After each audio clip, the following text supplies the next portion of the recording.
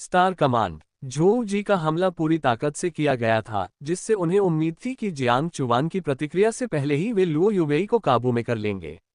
उसका शरीर तारों की रोशनी से टिमटिमा रहा था और उसकी हथेली उल्कापिंड की तरह बाहर निकल आई थी। वह एक चमकते हुए तारे की तरह लग रहा था, जो सीधे लुओ युवेई से टकरा रहा था। लुओ युवेई ने एक भान उठाए, ऐसा लग रहा था कि वह थोड़ा हैरान था कि झोऊ जी ने अपना ध्यान उस पर हमला करने के लिए लगाया था। ये देखकर कि प्रतिद्वंद्वी बिना किसी हलचल के स्थिर खड़ा है, झोऊ जी खुश हो गया और अपनी गति बढ़ाने से खुद को नहीं रोक सका। लेकिन इसके बाद जो दृश्य सामने आया वह उसकी उम्मीद से परे था। जैसे ही झोऊ जी की दाहिनी हथेली, जिसमें तारों की रोशनी थी, लुओ युवेई को छूने वाली थी, उसकी आकृति एक प्रतिबिंब में बदल गई और गायब हो गई। इसके तुरंत बाद उसने अपने पीछे से एक स्पष्ट ठंडी आवाज अपने कानों में सुनी। सम्राट मुट्ठी। उसी समय एक शाही शक्ति जो दुनिया को नीची नजर से देखती थी, उसने झोऊ जी पर दबाव डाला, जिससे उसके पैर कांपने लगे। उसकी आत्मा के कांपने की अनुभूति ने उसकी पुतलियां सिकोड़ दी और उसके चारों ओर का तारों का प्रकाश इस क्षण कुछ मंद पड़ गया। जब खतरे का तीव्र एहसास उसके मन में हुआ तो झोऊ जी चिल्लाए बिना नहीं रह सके। वह कैसे संभव है? इसके साथ ही उसने अपनी गतिशीलता तकनीक को सक्रिय करने के लिए अपनी पूरी ताकत लगा दी तथा प्रतिद्वंद्वी की जादू की सीमा से बाहर निकलने की कोशिश की। लेकिन चाहे वह कितना भी घूमे, खतरे का एहसास बना रहा, मानो प्रतिद्वंद्वी के इस हमले ने उसके लिए सारी जगह को बंद कर दिया हो जिससे वह बच सकता था। झोऊ जी के पीछे खड़ी लुओ युवेई ने अपने दाहिने हाथ से मुट्ठी बांध ली। उसकी उंगलियों से एक चांदी जैसी रोशनी उसकी बाह तक पहुंची और उसकी त्वचा की सतह पर कसकर चिपक गई। लुओ युवेई की आंखें बंद हुई और खुली, तेज रोशनी से फट गईं। एक मूके से शून्य क्षेत्र कांप उठा और मुड़ गया, और भयंकर हवाएं चलने लगीं, मानो पूरे ऊपरी तल से सारी आध्यात्मिक ख्यूई को सोख लिया गया हो, जिससे लोगों को अपनी छाती में जकड़न और सांस लेने में तकलीफ महसूस होने लगी। वे अपनी सांस रोककर देखने के अलावा कुछ नहीं कर सके। ये देखकर कि उसकी सारी कोशिशें बेकार थीं, झोऊ जी ने अपने दांत पीस लिए और उसके चारों ओर तारों की रोशनी तुरंत चमक उठी। अगले ही पल उसका क्षेत्र वास्तव में ड्रैगन परिवर्तन क्षेत्र के 8वें स्वर्ग से अड़चन को तोड़ता हुआ आधे कदम के महान शक्ति क्षेत्र तक पहुंच गया। अपने भीतर उमड़ते और उबलते खून तथा तारों की रोशनी को लगातार लपटों की तरह लहराते हुए महसूस करते हुए झोऊ जी ने बेतहाशा हंसना शुरू कर दिया। अपने सार रक्त को जलाने के बाद बढ़ती शक्ति प्राप्त करने के बाद उसे एक बार फिर लुओ युवेई के साथ मुकाबला करने का आत्मविश्वास मिला। आपने मुझे ऐसा करने के लिए मजबूर किया। मैं, झोऊ जी, निश्चित रूप से यहाँ नहीं मरूंगा। बोलते समय झोऊ जी ने अपना दाहिना हाथ घुमाया और उसके हाथ में 2 मीटर लंबा एक विशाल ब्रश आ गया। वहां उपस्थित सभी लोगों ने एक नज़र में पहचान लिया कि यह ब्रश झोऊ परिवार का अत्यंत प्रसिद्ध निम्न श्रेणी का राजा हथियार था, स्टार बैटल ब्रश। चांदी की मुट्ठी का सामना करते हुए, जो पहले से ही कई मीटर आकार में बदल चुकी थी, वह तेज हवा के खिलाफ आगे बढ़ा। ब्रश की नोक तेजी से उसके सामने शून्य क्षेत्र को छू रही थी। इसके तुरंत बाद झोऊ जी और उस विशाल चांदी की मुट्ठी के बीच एक विशाल शतरंज की बिसात दिखाई दी। शतरंज की बिसात की हर रेखा तारों की रोशनी के मिलते जुलते बिंदुओं से बनी थी। जैसे जैसे तारों की रोशनी फैलती गई, एक गूढ़ आभा फूटती हुई प्रतीत होने लगी। दूसरी ओर जियांग चुवान पहले ही लिनशियाओ पवित्र भूमि और झोऊ परिवार के लोगों से निपट चुका था। उसने उस भयभीत भीड़ की परवाह नहीं की जो डर से कांपते हुए कोने में पीछे हट गई थी। उसकी निगाह उस दिशा की ओर गई जहां लुओ युवेई और दूसरा व्यक्ति लड़ रहे थे, और झोऊ जी द्वारा बुलाई गई शतरंज की बिसात को देखकर वह भौहें चढ़ाने से खुद को नहीं रोक सका। जियांग परिवार की तरह 9 महान परिवारों में से एक के रूप में झोऊ परिवार के संत द्वारा महारत हासिल की गई दिव्य क्षमता गुप्त तकनीकों को स्वाभाविक रूप से कम करके नहीं आंका जाना चाहिए। यदि जियांग चुवान ने इसे गलत नहीं पहचाना होता, तो प्रतिद्वंद्वी के सामने शतरंज की बिसात झोऊ परिवार की सेंट ग्रेड दिव्य क्षमता थी, जो star Luo domain star Luo शतरंज संरचना में प्रसिद्ध थी। ये शतरंज संरचना आक्रामक और रक्षात्मक दोनों थी। इसमें आक्रमण के लिए शतरंज के मोहरों और बचाव के लिए शतरंज की बिसात का इस्तेमाल किया जा सकता था। संरचना पर आधारित इस प्रकार की दिव्य क्षमता पूरे पूर्वी महाद्वीप में अत्यंत दुर्लभ थी। जहां तक लुओ युवेई की बात है, उसे कोई चिंता नहीं थी। एक साधारण संत श्रेणी की दिव्य क्षमता रजत आत्मा महान सम्राट द्वारा निर्मित सम्राट श्रेणी की दिव्य क्षमता से कैसे मुकाबला कर सकती है। तेज हवा शतरंज की बिसात से टकराई, जिससे पूरी बिसात हिल गई। एक पल के लिए तो ऐसा लगा जैसे उस पर रखे शतरंज के मोहरे गिरने ही वाले हैं। तभी चांदी की वह विशाल मुट्ठी शतरंज की बिसात पर जोर से पड़ी। पल भर में शतरंज की बिसात की सतह पर दरारें पड़ गईं। ये देखकर झोऊ जी हैरान रह गया और उसने तुरंत झोऊ तियान स्टारडू सम्राट शास्त्र को सक्रिय कर दिया, लगातार फैलती दरारों की मरम्मत करने का प्रयास किया। लेकिन उनकी मरम्मत की गति उस गति के साथ तालमेल नहीं बिठा पा रही थी जिस गति से दरारें फैल रही थीं। स्टार लुओ शतरंज की बिसात को अजय चांदी की विशाल मुट्ठी द्वारा दृश्यमान दर से कुचला जा रहा था। अरे, मुझे रुकना होगा। झोऊ जी ने अपने हाथ में ब्रश को क्षैतिज रूप से अपने सामने पकड़ लिया, जिससे उसका सार रक्त फिर से जलने लगा। लेकिन उसके और लुओ युवेई के बीच का अंतर बहुत अधिक था। अगले कुछ ही सांसों में विशाल चांदी की मुट्ठी ने वास्तव में बिना किसी रुकावट के स्टार लुओ शतरंज की बिसात को चकनाचूर कर दिया। अपनी दिव्य क्षमता के नष्ट हो जाने के बाद झोऊ जी को तीव्र आघात लगा, उसका शरीर लड़खड़ाने लगा तथा उसके मुंह और नाक से खून बहने लगा। और सम्राट मुट्ठी की शक्ति कम नहीं हुई, वह फिर से सीधे उसकी ओर बढ़ गया। इस बिंदु पर झोऊ जी के पास प्रतिक्रिया करने का समय नहीं था और वह केवल ब्रश को अपनी छाती पर क्षैतिज रूप से पकड़े रहने की मुद्रा बनाए रख सकता था। एक जोरदार धमाके के साथ पूरा झाओयू मंडप हिंसक रूप से कांपने लगा। कोने में खड़े लोग जो पास आने की हिम्मत नहीं कर रहे थे, अब पसीने से तरबतर हो रहे थे। चारों ओर देखने पर पता चला कि ऊपरी मंजिल का आधा हिस्सा, जिसमें लगभग 1000 लोग बैठ सकते थे, लुओ युवेई के एक ही मौके से चकनाचूर हो गया था। और इस समय झोऊ जी का कोई नामोनिशान नहीं था। जमीन पर पड़े हैंडल पर दरारों वाले ब्रश और बिखरे खून के धब्बों के अलावा ऐसा कोई और निशान नहीं था कि झोऊ जी कभी वहां रहा हो। हर कोई अपने दिल में जानता था कि भले ही झोऊ जी इस हमले से मर न जाए, लेकिन कम से कम उसकी त्वचा की एक परत तो चली जाएगी। लुओ युवेई को देखते हुए, जिसके चेहरे पर शांत भाव था और जो धीरे धीरे अपनी हथेली की मालिश कर रही थी, सभी के मन में एक ही विचार उभरा। सन की जियांग चुवान के लिए प्रतिभा रैंकिंग के शीर्ष 10 में से एक प्रतिभा को तुरंत मारना एक बात थी। आखिरकार उसकी पारिवारिक पृष्ठभूमि और प्रतिभा स्पष्ट थी। लेकिन लुओ युवेई का जन्म एक छोटे राजवंश में हुआ था और उसका राज्य बाद में ही दूसरों से आगे निकल गया था। फिर भी अब झोऊ परिवार के संत भी उसकी एक भी चाल का विरोध नहीं कर सकते थे। इससे ये संकेत मिलता है कि कुछ दिन पहले जब लुओ युवेई ने वांग लेई को चुनौती दी थी, तब उसने संभवतः अपनी पूरी ताकत का इस्तेमाल नहीं किया था और हमेशा अपनी असली क्षमताओं को छिपाया था। इस समय हर किसी की निगाहें लगातार जियांग चुवान और लुओ युवेई के बीच घूम रही थीं, और वे मदद नहीं कर सकते थे लेकिन मुश्किल से निगल सकते थे। ये जोड़ा सचमुच बहुत ही विलक्षण था। इन दोनों की ही पीढ़ी में रहते हुए वे सोच रहे थे कि यह एक आशीर्वाद है या दुख। लुओ युवेई को एक ही मौके से युद्ध समाप्त करते देख झोऊ परिवार के राजा क्षेत्र दावरक्षक, जो झाओयू मंडप के पास छिपे हुए थे, अब और नहीं रुके और तुरंत बेहोश झोऊ जी के साथ चले गए। जियांग चुवान ने फिर अपनी नजरें हटा ली और कोने में खड़ी भीड़ से शांतिपूर्वक कहा, क्या कोई और भी है जो जाना चाहता है? जहां तक अन्य लोगों का सवाल है, उनका कोई और कदम उठाने का इरादा नहीं था। बंदरों को चेतावनी देने के लिए मुर्गे को मारने का प्रभाव पहले ही प्राप्त हो चुका था और जियांग चुवान के दिल में भी अनुपात की भावना थी। यदि वह हत्या करना जारी रखता तो उसके जियांग परिवार को न केवल कुछ परिवारों और पवित्र भूमि का सामना करना पड़ता, उस समय ये बहुत संभावना थी कि पूर्वी महाद्वीप की आधी सेना सामूहिक रूप से जियांग परिवार पर हमला कर देती। तब तक भले ही जियांग परिवार की नींव गहरी हो, फिर भी इसका विरोध करना बहुत कठिन हो जाएगा। ये देखते हुए कि जियांग चुवान के शब्दों में बातचीत की गुंजाइश थी, सभी ने अपनी वफादारी व्यक्त करते हुए कहा, हम पवित्र सोन जियांग का अनुसरण करने के लिए तैयार हैं।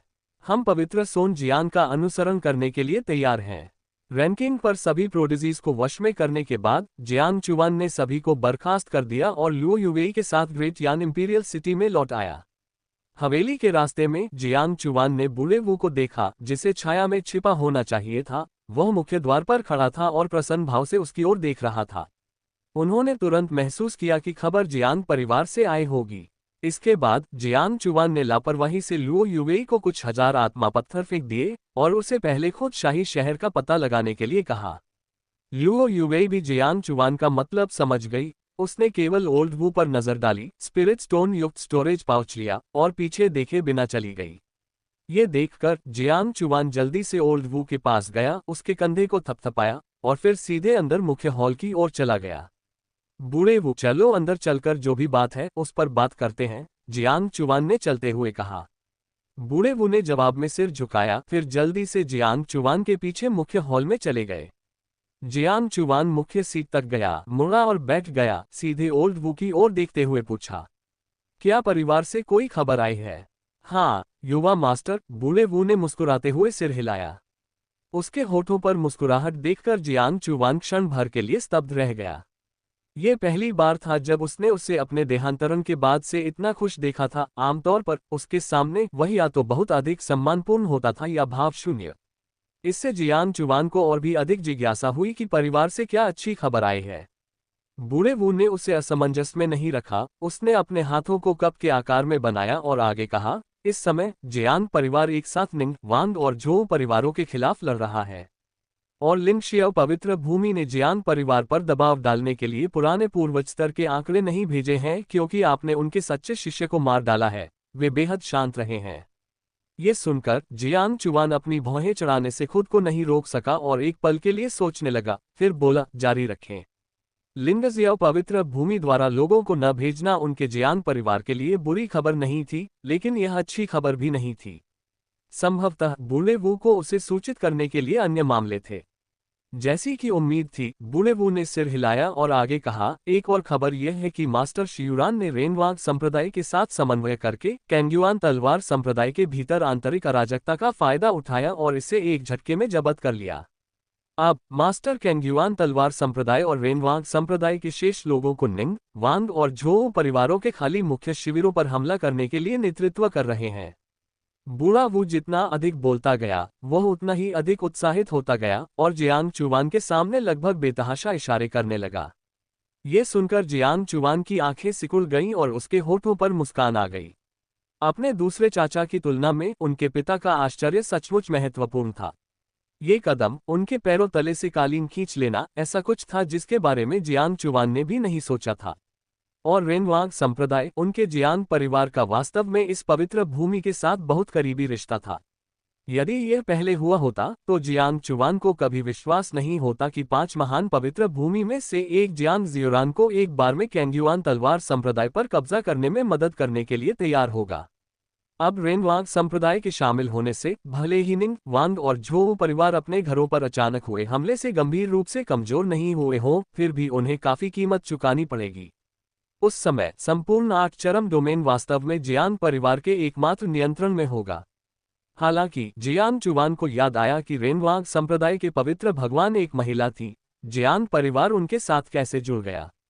वह कुछ समय तक इस प्रश्न को समझ नहीं पाया, लेकिन चूंकि दूसरा पक्ष सहयोगी था, इसलिए देर सवेर उसे इसका कारण पता चल ही गया।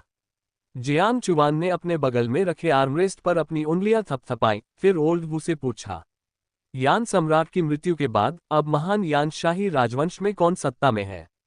ये यान सम्राट का दूसरा पुत्र, महान यान शाही राजवंश का दूसरा राजकुमार ली जियांग है। इस बूढ़े सेवक ने पहले ही गुप्त रूप से प्रथम राजकुमार, जो उसकी सबसे बड़ी बाधा थी, को हटा दिया है। इस बालक को सिंहासन पर बैठने में अधिक समय नहीं लगेगा। जियांग चुवान को बूढ़े वू के काम पर पूरा भरोसा था। उसने सिर हिलाया और कहा, मुझे बूढ़े वू को एक और यात्रा के लिए परेशान करना होगा। उस दूसरे राजकुमार से कहो कि इस पवित्र पुत्र की पुरानी चोटें फिर से उभर आई हैं, जिससे उसे लगातार खून की उल्टियां हो रही हैं, और वह महान यान राजवंश में स्वास्थ्य लाभ कर रहा है। ये सुनकर बूढ़े वू की आंखें चमक उठीं और उसने सहमति में मुस्कुराते हुए सिर हिलाया। उसी समय वह पीछे हट गया और उसकी आकृति धीरे धीरे हॉल के कोने के अंधेरे में गायब हो गई। उसे जाते हुए देखकर जियांग चुवान ने हॉल के बाहर आसमान की ओर देखा। उसकी आंखों में कभी कभी तेज रोशनी चमक उठती थी। 8 अति डोमेन चंद्रमा पूजा राक्षसी संप्रदाय। पूर्वी महाद्वीप में नंबर 1 राक्षसी संप्रदाय के रूप में चंद्रमा पूजा राक्षसी संप्रदाय की नींव धर्मपथ के वर्तमान नेता लिंगशियाओ पवित्र भूमि की तरह गहरी नहीं थी। संपूर्ण चंद्रपूजक राक्षसी संप्रदाय को स्थापित हुए केवल कुछ हजार वर्ष ही हुए थे। लगातार युद्धरत राक्षसी संप्रदायों के बीच नंबर 1 संप्रदाय के रूप में अपनी स्थिति बनाए रखने का मुख्य कारण इसका सबसे मजबूत विशेषज्ञ था।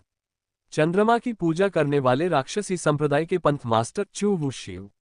राक्षसी पथ में सबसे मजबूत होने के नाते चू वुशिउ की प्रसिद्धि का मार्ग पौराणिक कहा जा सकता है। 100 वर्ष की आयु से पहले ये व्यक्ति एक साधारण परिवार का युवा गुरु था, जिसकी न केवल साधना योग्यता बहुत कम थी, बल्कि वह अपने ही कबीले के सदस्यों द्वारा हर जगह दबाया जाता था। हालांकि यह अफवाह है कि 100 साल का होने के एक दिन बाद उसने गलती से स्वर्गीय राक्षसी साधना तकनीक का अवशेष प्राप्त कर लिया। स्वर्गीय राक्षसी साधना तकनीक पर भरोसा करते हुए चू वुशियू ने न केवल अपनी ताकत बढ़ाई बल्कि अपने पूरे परिवार का वध भी किया, इस प्रकार राक्षसी पथ पर चल पड़ा।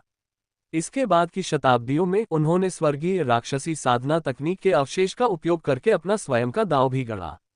जब वह 1000 वर्ष की आयु तक पहुंचे तो उन्होंने व्यक्तिगत रूप से चंद्रपूजक राक्षसी संप्रदाय की स्थापना की।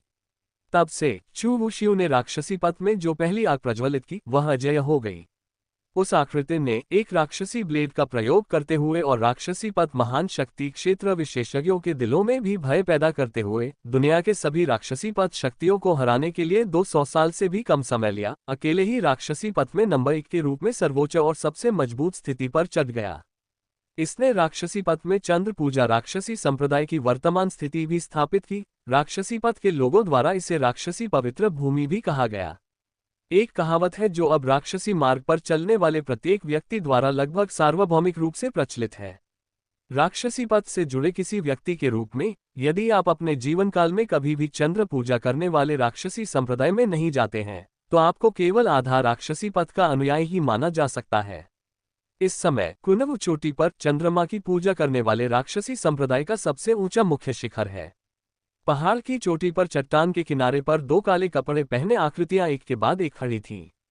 सबसे आगे खड़ा दुबला पतला व्यक्ति अपने हाथ पीछे करके खड़ा था, लेकिन उसका चेहरा अस्पष्ट था। उसके चेहरे पर हमेशा काली धुंध की एक परत छाई रहती थी, जिससे केवल एक जोड़ी भावहीन, रहस्यमयी और उदास आंखें ही दिखाई देती थीं।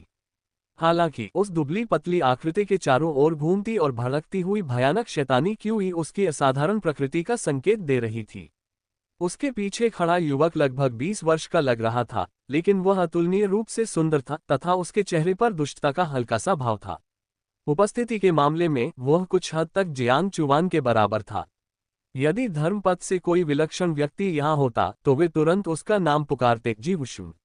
और यह राक्षसी संत जी वुशुन थे जिन्होंने लगभग सभी विलक्षण और प्रतिभाशाली लोगों को विलक्षण रैंकिंग में हरा दिया था, जिन्होंने अब सामने की पतली आकृति को सम्मान और प्रशंसा भरी निगाहों से देखा और कहा, पंथ गुरु, हमें धर्मी पथ को ये समाचार क्यों बताना चाहिए कि दानव भगवान लू फेंगक्सियन विरासत गुप्त क्षेत्र खुलने वाला है। क्या ये बेहतर नहीं होगा कि हम इसे गुप्त रूप से अपने लिए ले लें? पूरे राक्षसी संप्रदाय में एकमात्र व्यक्ति जिसे जी वुशुन द्वारा पंथ मास्टर कहा जा सकता था वह एक व्यक्ति था। इस प्रकार वह पतला आंकड़ा स्पष्ट रूप से राक्षसी पथ में सबसे मजबूत था, चू वुशियू। चू वुशियू धीरे से घूमा, उसकी आंखें गहरी अंधेरी खाई की तरह सीधे जी वुशुन को घूर रही थीं। इसके तुरंत बाद एक गहरी और अधिकारपूर्ण आवाज गूंजी, ओह, बस कुछ धर्मपथ के चमत्कार और आपने अपना आत्मविश्वास खो दिया है। ये सुनकर जी वुशुन ने अपनी भौहें उठाईं और सीधे खड़े होकर कहा, ये कैसे संभव है? वे चूहों का एक झुंड मात्र हैं, मैं उन्हें एक हाथ से दबा सकता हूँ। उनके आत्मविश्वास भरे शब्द कारण नहीं थे, उनका मुख्य स्रोत महान शक्ति क्षेत्र तीसरे स्वर्ग की उनकी वर्तमान साधना से आया था। वास्तव में यदि राक्षसी पथ ने लू फेंगक्सियन की विरासत के गुप्त क्षेत्र की खोज नहीं की होती और चू वुशियू ने व्यक्तिगत रूप से उसे और अधिक परेशानी पैदा न करने का आदेश नहीं दिया होता, तो वह लुओ गैंग से कैसे मुकाबला कर पाता? चू वुशियू ने पीछे मुड़कर चट्टान के नीचे बादलों से ढकी अथाह खाई को देखा और धीमे स्वर में कहा, तो फिर यही अच्छा है। हालांकि एक व्यक्ति ऐसा है जिससे तुम्हें अभी भी बहुत सावधान रहना होगा। उद्धरण चिन्ह ... कौन है? ये सुनकर जी वुशुन के चेहरे के भाव थोड़े बदल गए। कोई व्यक्ति जिसके बारे में चू वुशियू उसे व्यक्तिगत रूप से चेतावनी देगा, वह एक अत्यंत परेशान करने वाला चरित्र होगा। चू वुशियू की आंखों में रोशनी चमक उठी और उसके काले वस्त्र पहाड़ी हवा में फड़फड़ाने लगे। उसने धीरे से एक नाम बोला, फिर उसकी आकृति कुनवु चोटी के ऊपर से पहाड़ी हवा के झोंके के साथ गायब हो गई। जियांग चुवान। पलक झपकते ही 5 दिन बीत गए। स्टार लुओ डोमेन से 8 एक्सट्रीम्स डोमेन तक एक गर्म हवा बह रही थी। इस दिन संपूर्ण 8 चरम सीमाओं के क्षेत्र में आकाश सामान्य से बहुत पहले ही अंधकार में हो गया। अभी केवल दोपहर का समय था, लेकिन आकाश इतना धुंधला था मानो उस पर स्याही छिड़क दी गई हो। हालांकि यदि कोई आकाश को ध्यान से देखे तो वह पाएगा कि मूल रूप से साफ आकाश पूरे 8 चरम सीमाओं के क्षेत्र में फैले हुए काले बादलों की एक परत से ढका हुआ था। इस समय पासी घाटी के बाहर प्रवेश द्वार पर लगभग 100 लोगों के 2 समूह खड़े थे। सभी के चेहरे पर गंभीर भाव थे। कुछ लोग छोटे पहाड़ों जैसे दिखने वाले विशालकाय क्रूर जानवरों पर सवार थे। कुछ ने अमर क्यूई से भरे क्रेन पर कदम रखा। कुछ लोग तो विशाल उड़ने वाली स्पिरिट बोट्स पर भी सवार हुए। बिना किसी अपवाद के वे सभी प्रमुख स्थिति और दुर्जय लड़ाकू शक्ति वाले लोग थे। भीड़ के चारों ओर अनेक चमकदार मोती या जलती हुई मशालें थीं जो रात को रोशन करने में सक्षम थीं, मानो केवल इसी से सुरक्षा की भावना मिल सकती थी। बाहर से देखने पर पता चला कि पासी घाटी के चारों ओर की धुंध बहुत पहले ही छट चुकी थी और सभी को युद्ध से क्षतिग्रस्त गड्ढेदार पत्थर की दीवारें दिखाई दे रही थीं। सफेद घोड़े पर सवार लुओ गैन गहरी सोच में डूबा हुआ था। उसका सिर झुका हुआ था। एक क्षण बाद उसकी निगाहें बाईं ओर मुड़ गईं। उन्होंने देखा कि एक विशालकाय रजत पंख वाला आकाशीय बाघ सभी विलक्षण प्राणियों के बीच सबसे आगे शान से खड़ा था।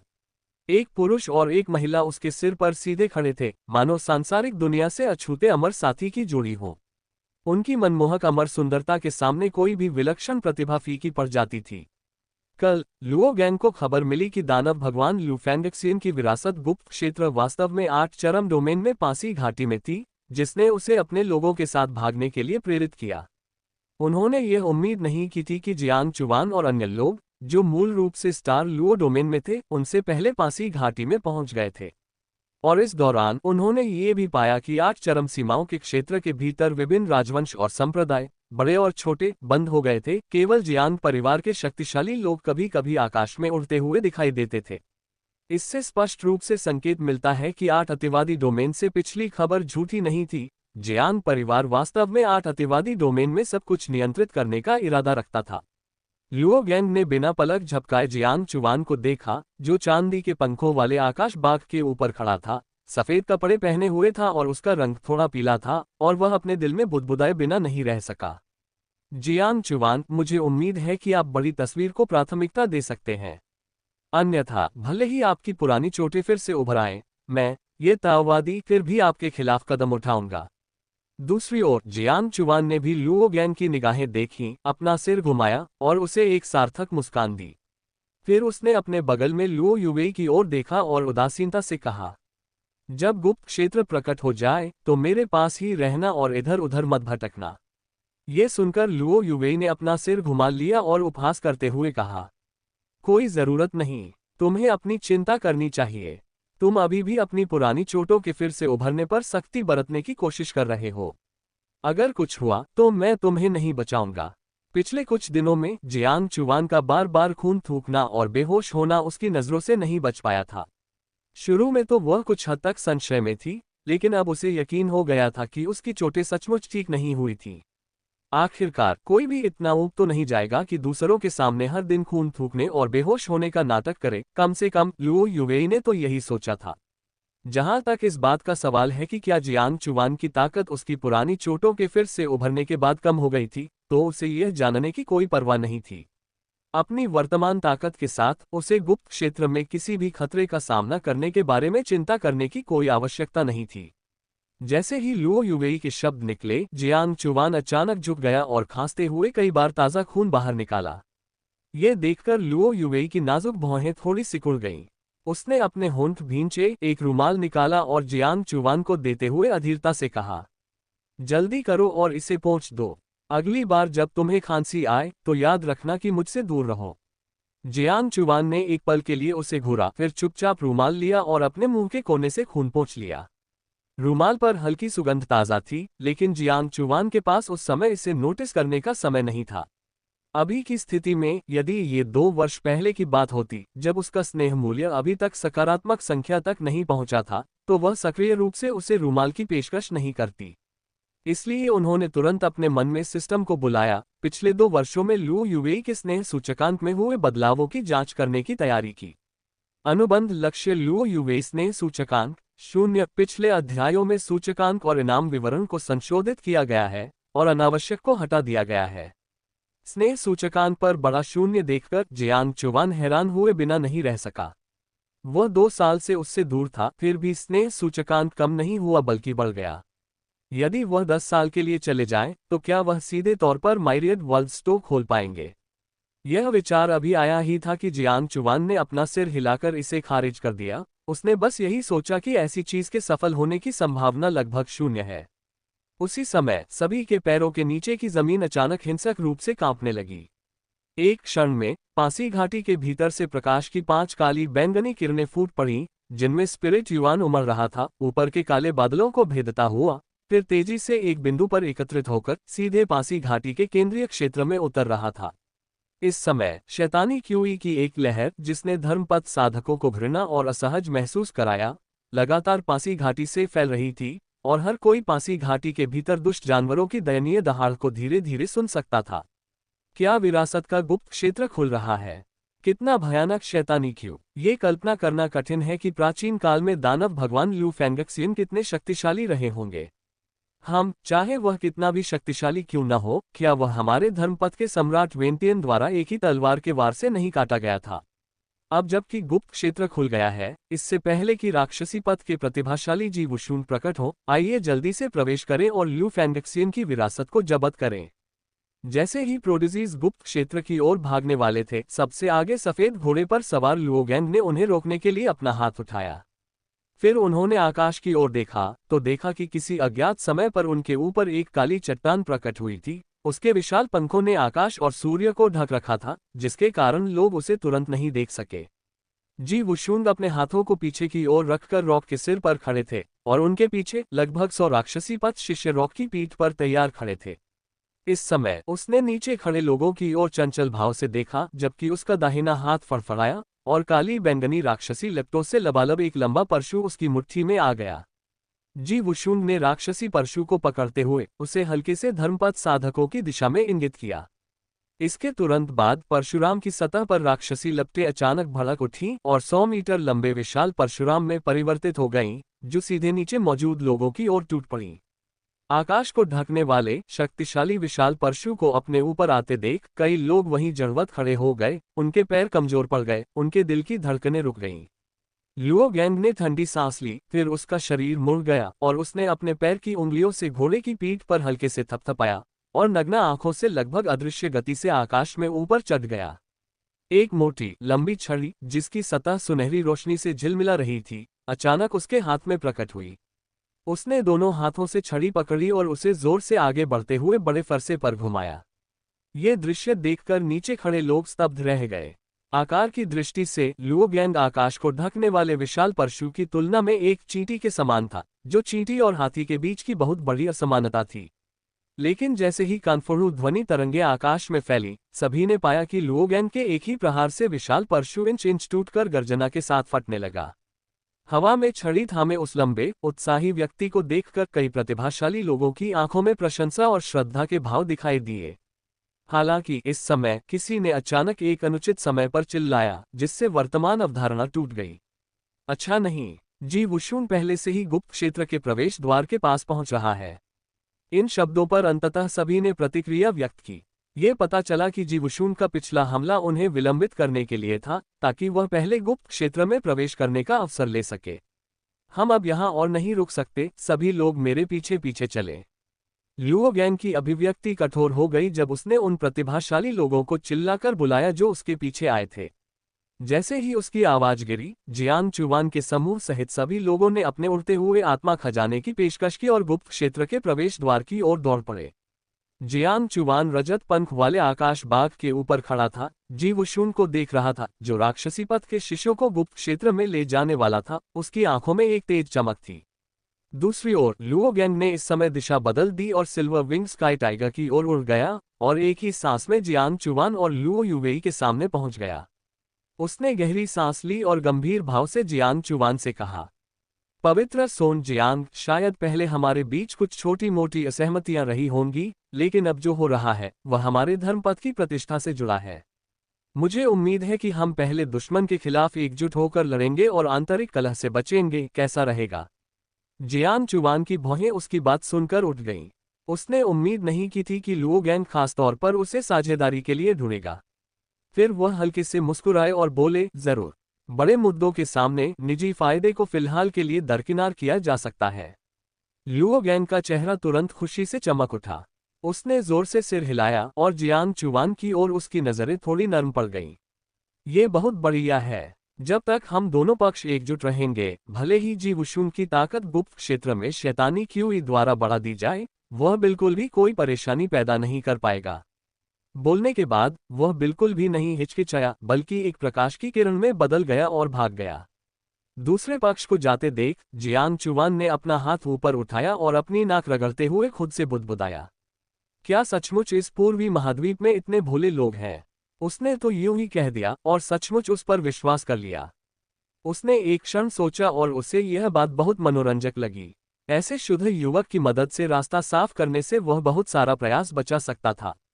जब सभी लोग गुप्त क्षेत्र के प्रवेश द्वार से गायब हो गए, तो गुप्त क्षेत्र का प्रवेश द्वार हिंसक रूप से कांपने लगा, फिर जल्दी से बंद हो गया और गायब हो गया।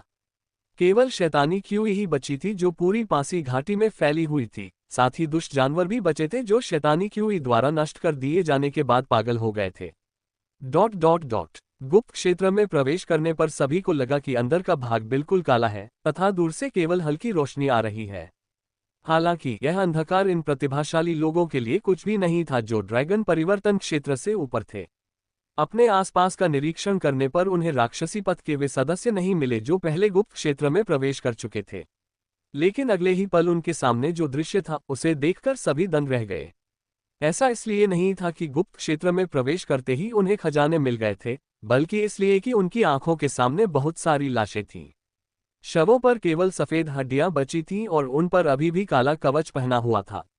यह अफसोस की बात थी कि सभी कवच पहले से ही टूट चुके थे, जैसे कि उन पर बड़े पैमाने पर दिव्य क्षमता का हमला हुआ हो और वे प्रतिक्रिया करने का समय दिए बिना ही मौके पर ही दुखद रूप से मर गए।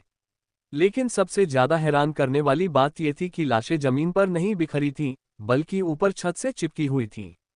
ये स्थान देखने में एक विशाल भूमिगत महल जैसा था जिसे भव्यता से सजाया गया था, लेकिन छत पर लाशें बिछी होने के कारण ये भयानक और भयावह प्रतीत हो रहा था। एक व्यक्ति ने ऊपर देखा, वह काफी देर तक काले कवच को गौर से देखता रहा, फिर अचानक उसकी पुतलियां सिकुड़ गईं और वह चिल्लाया, ये लाशें तियानमो संप्रदाय से हैं। क्योंकि मेरे पूर्वजों में से एक ने एक बार तियानमो संप्रदाय के एक बुजुर्ग के खिलाफ लड़ाई लड़ी थी, इसलिए इस प्रकार का कवच मेरे कबीले के ऐतिहासिक अभिलेखों में दर्ज है। ये निश्चित रूप से तियानमो संप्रदाय का ही है, इसमें कोई संदेह नहीं।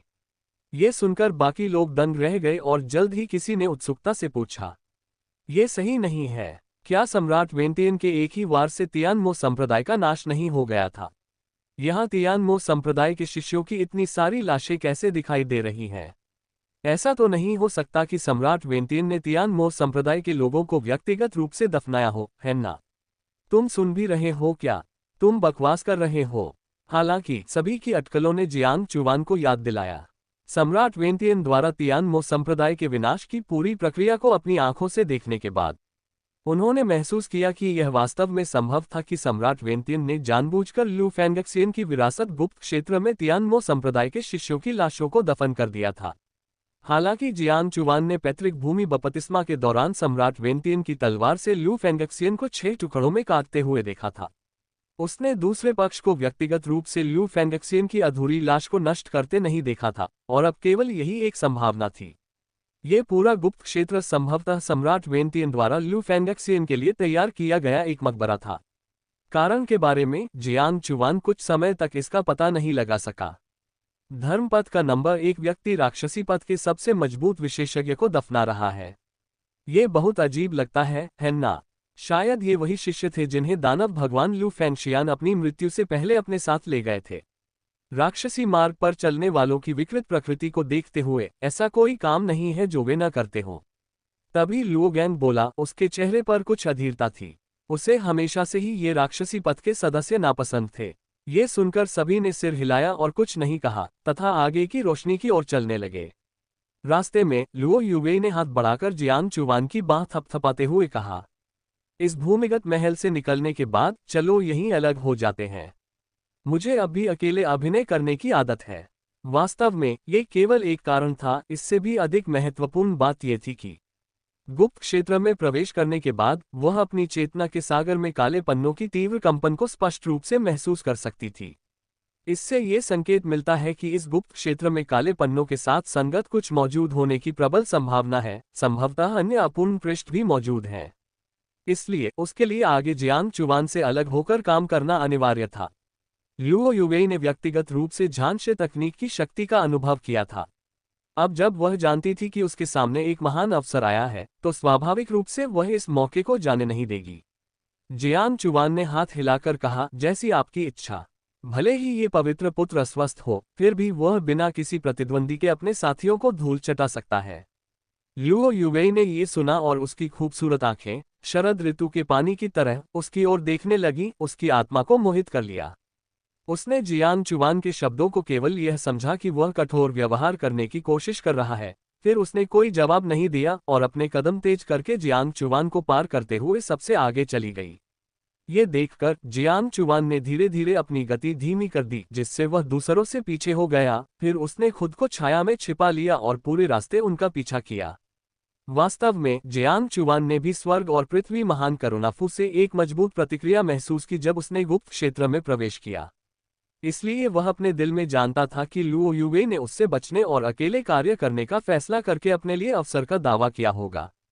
एक भाग्यशाली महिला के रूप में वह निश्चित रूप से गुप्त क्षेत्र में खजाने और विरासत को खोजने में उससे कहीं बेहतर होगी, जितना कि वह हर जगह खोजती है।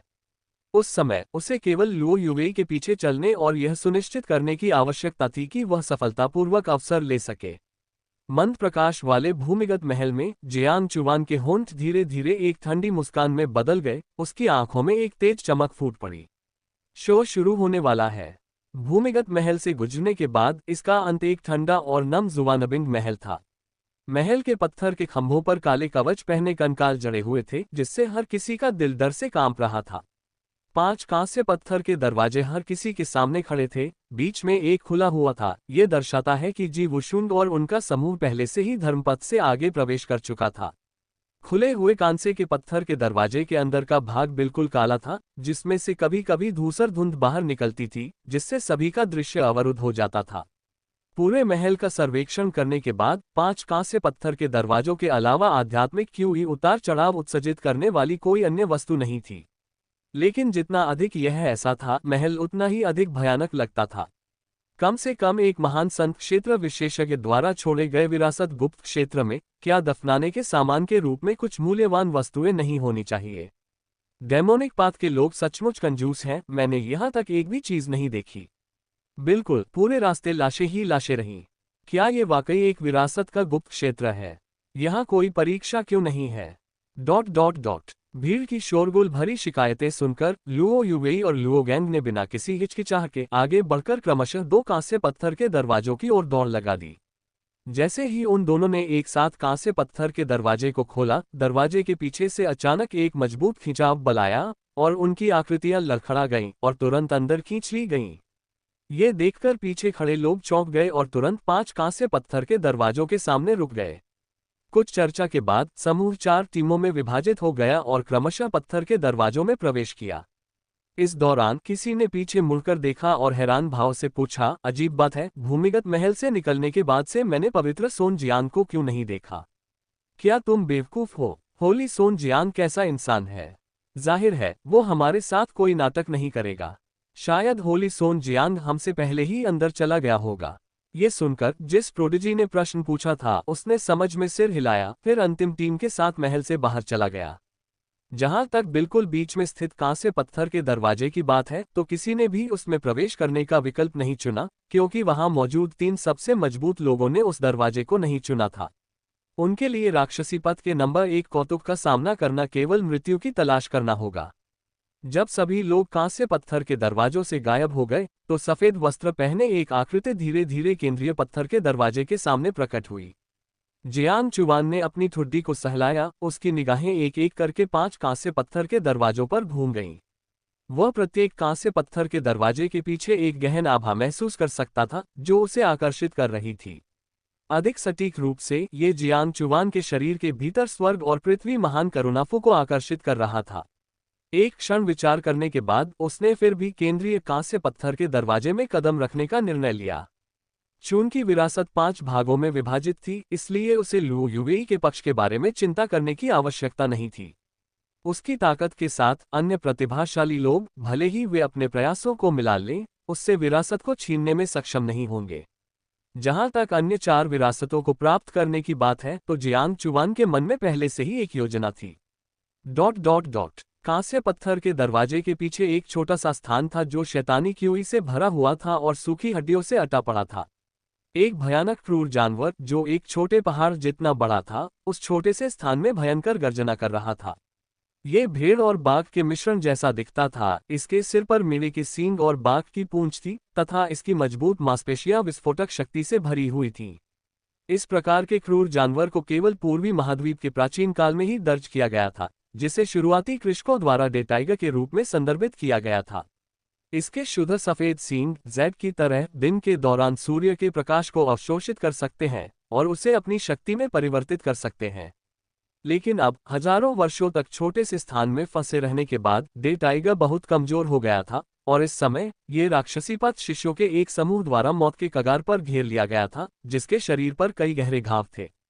फिर भी डे टाइगर के मुंह में कई लोग दुखद रूप से मर गए, उनके टुकड़े टुकड़े हो गए, हर जगह खून बिखरा हुआ था या उन्हें जिंदा निगल लिया गया।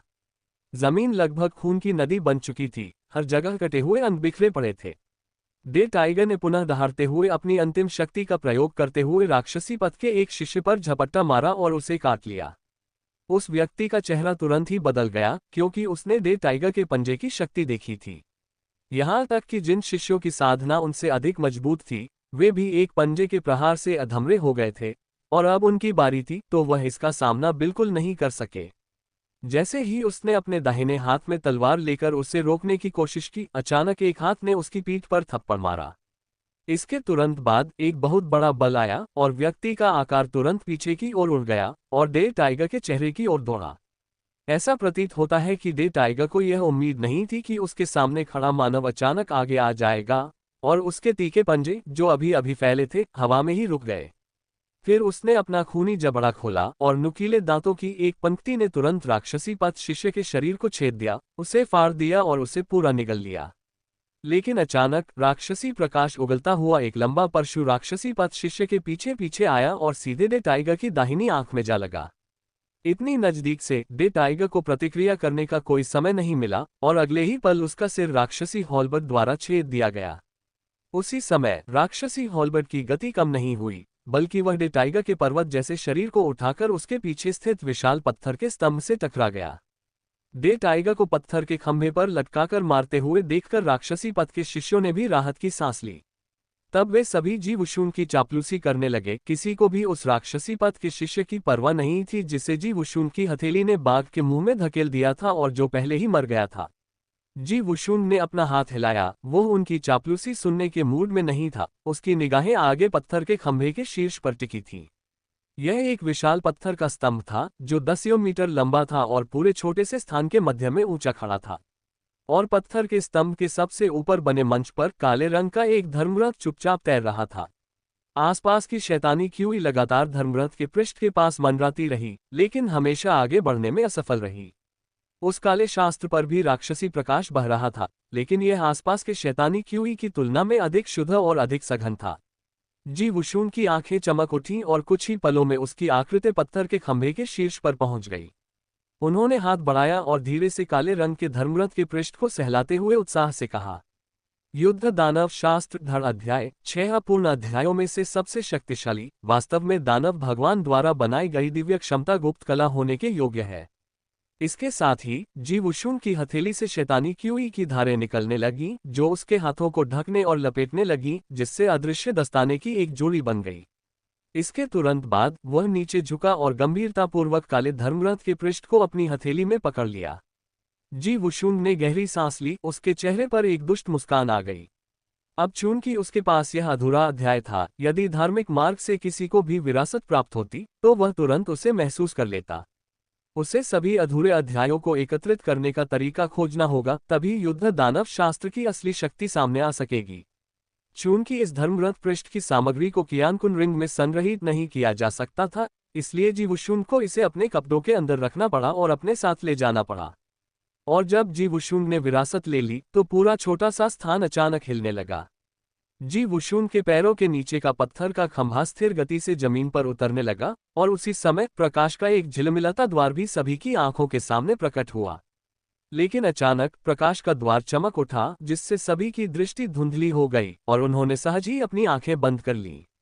जब जी वुशुन ने फिर से अपनी आंखें खोली तो उसने देखा कि एक सफेद रंग की आकृति वास्तव में उसके सामने पोर्टल में प्रवेश कर रही है।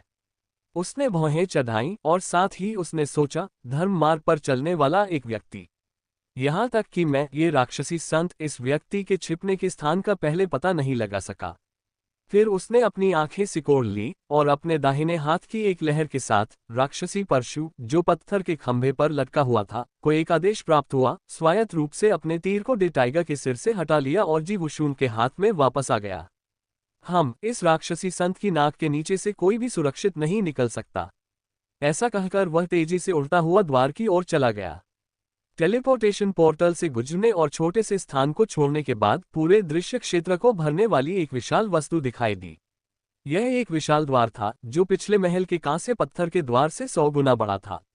इसका पूरा शरीर काला था तथा दरवाजे की सतह पर जटिल आकृतियां बनी हुई थीं, जिससे चक्कर आने जैसा महसूस होता था।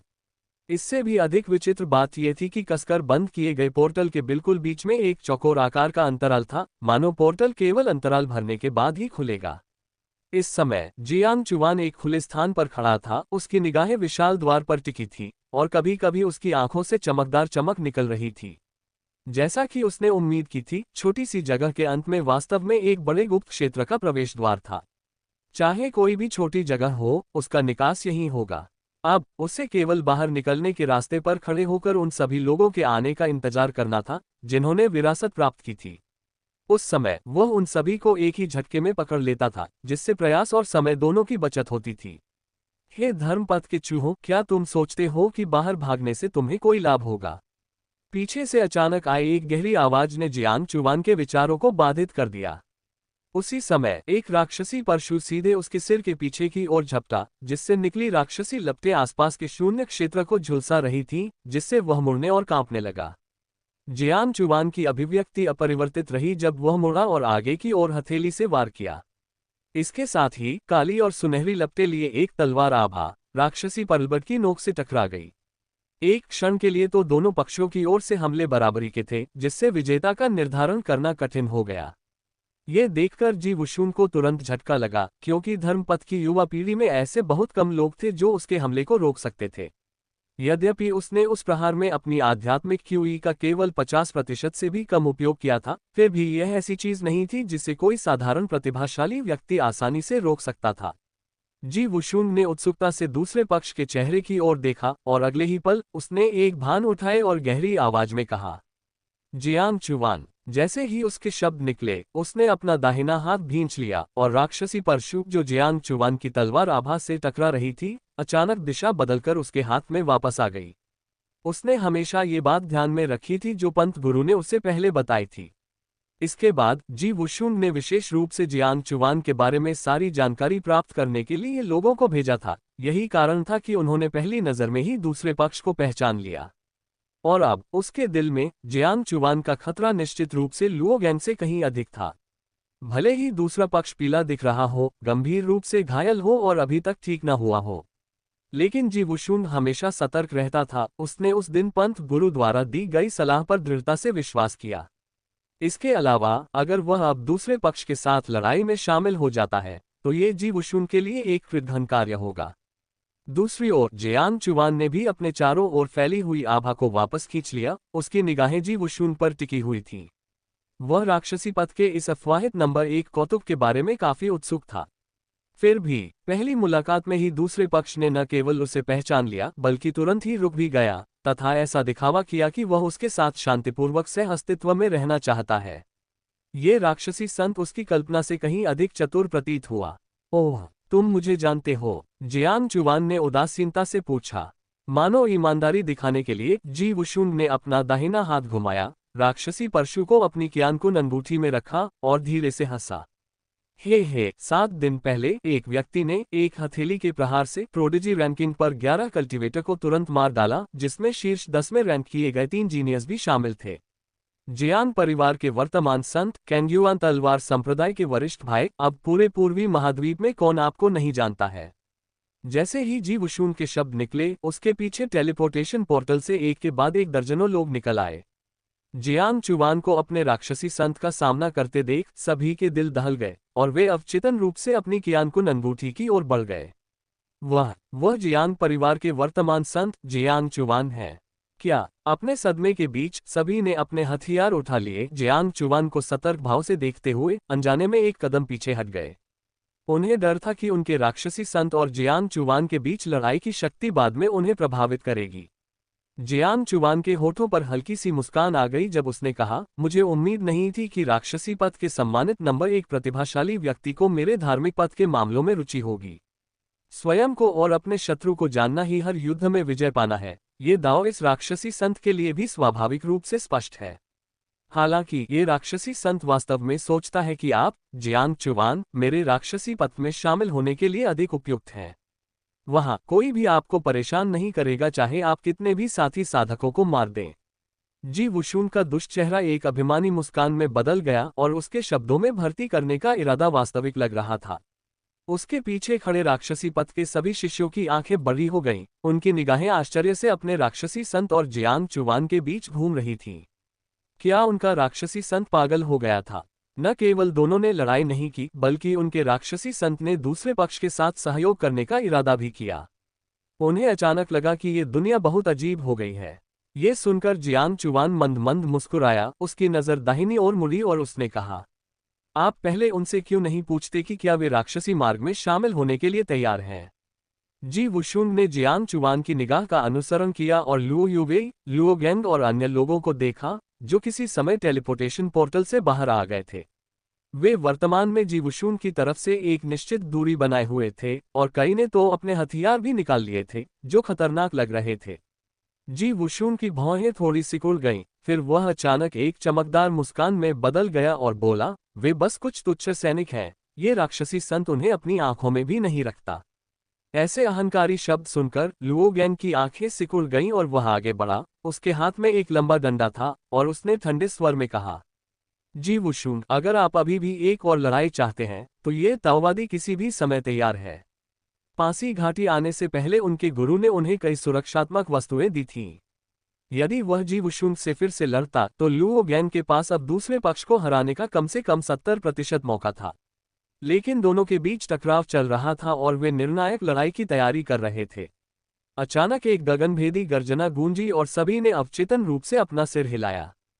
फिर उन्होंने आश्चर्य और संदेह भरे भाव से अपने सामने स्थित विशाल द्वार की ओर देखा। स्पष्ट था कि अभी अभी आई ध्वनि इसी द्वार के भीतर से आई थी।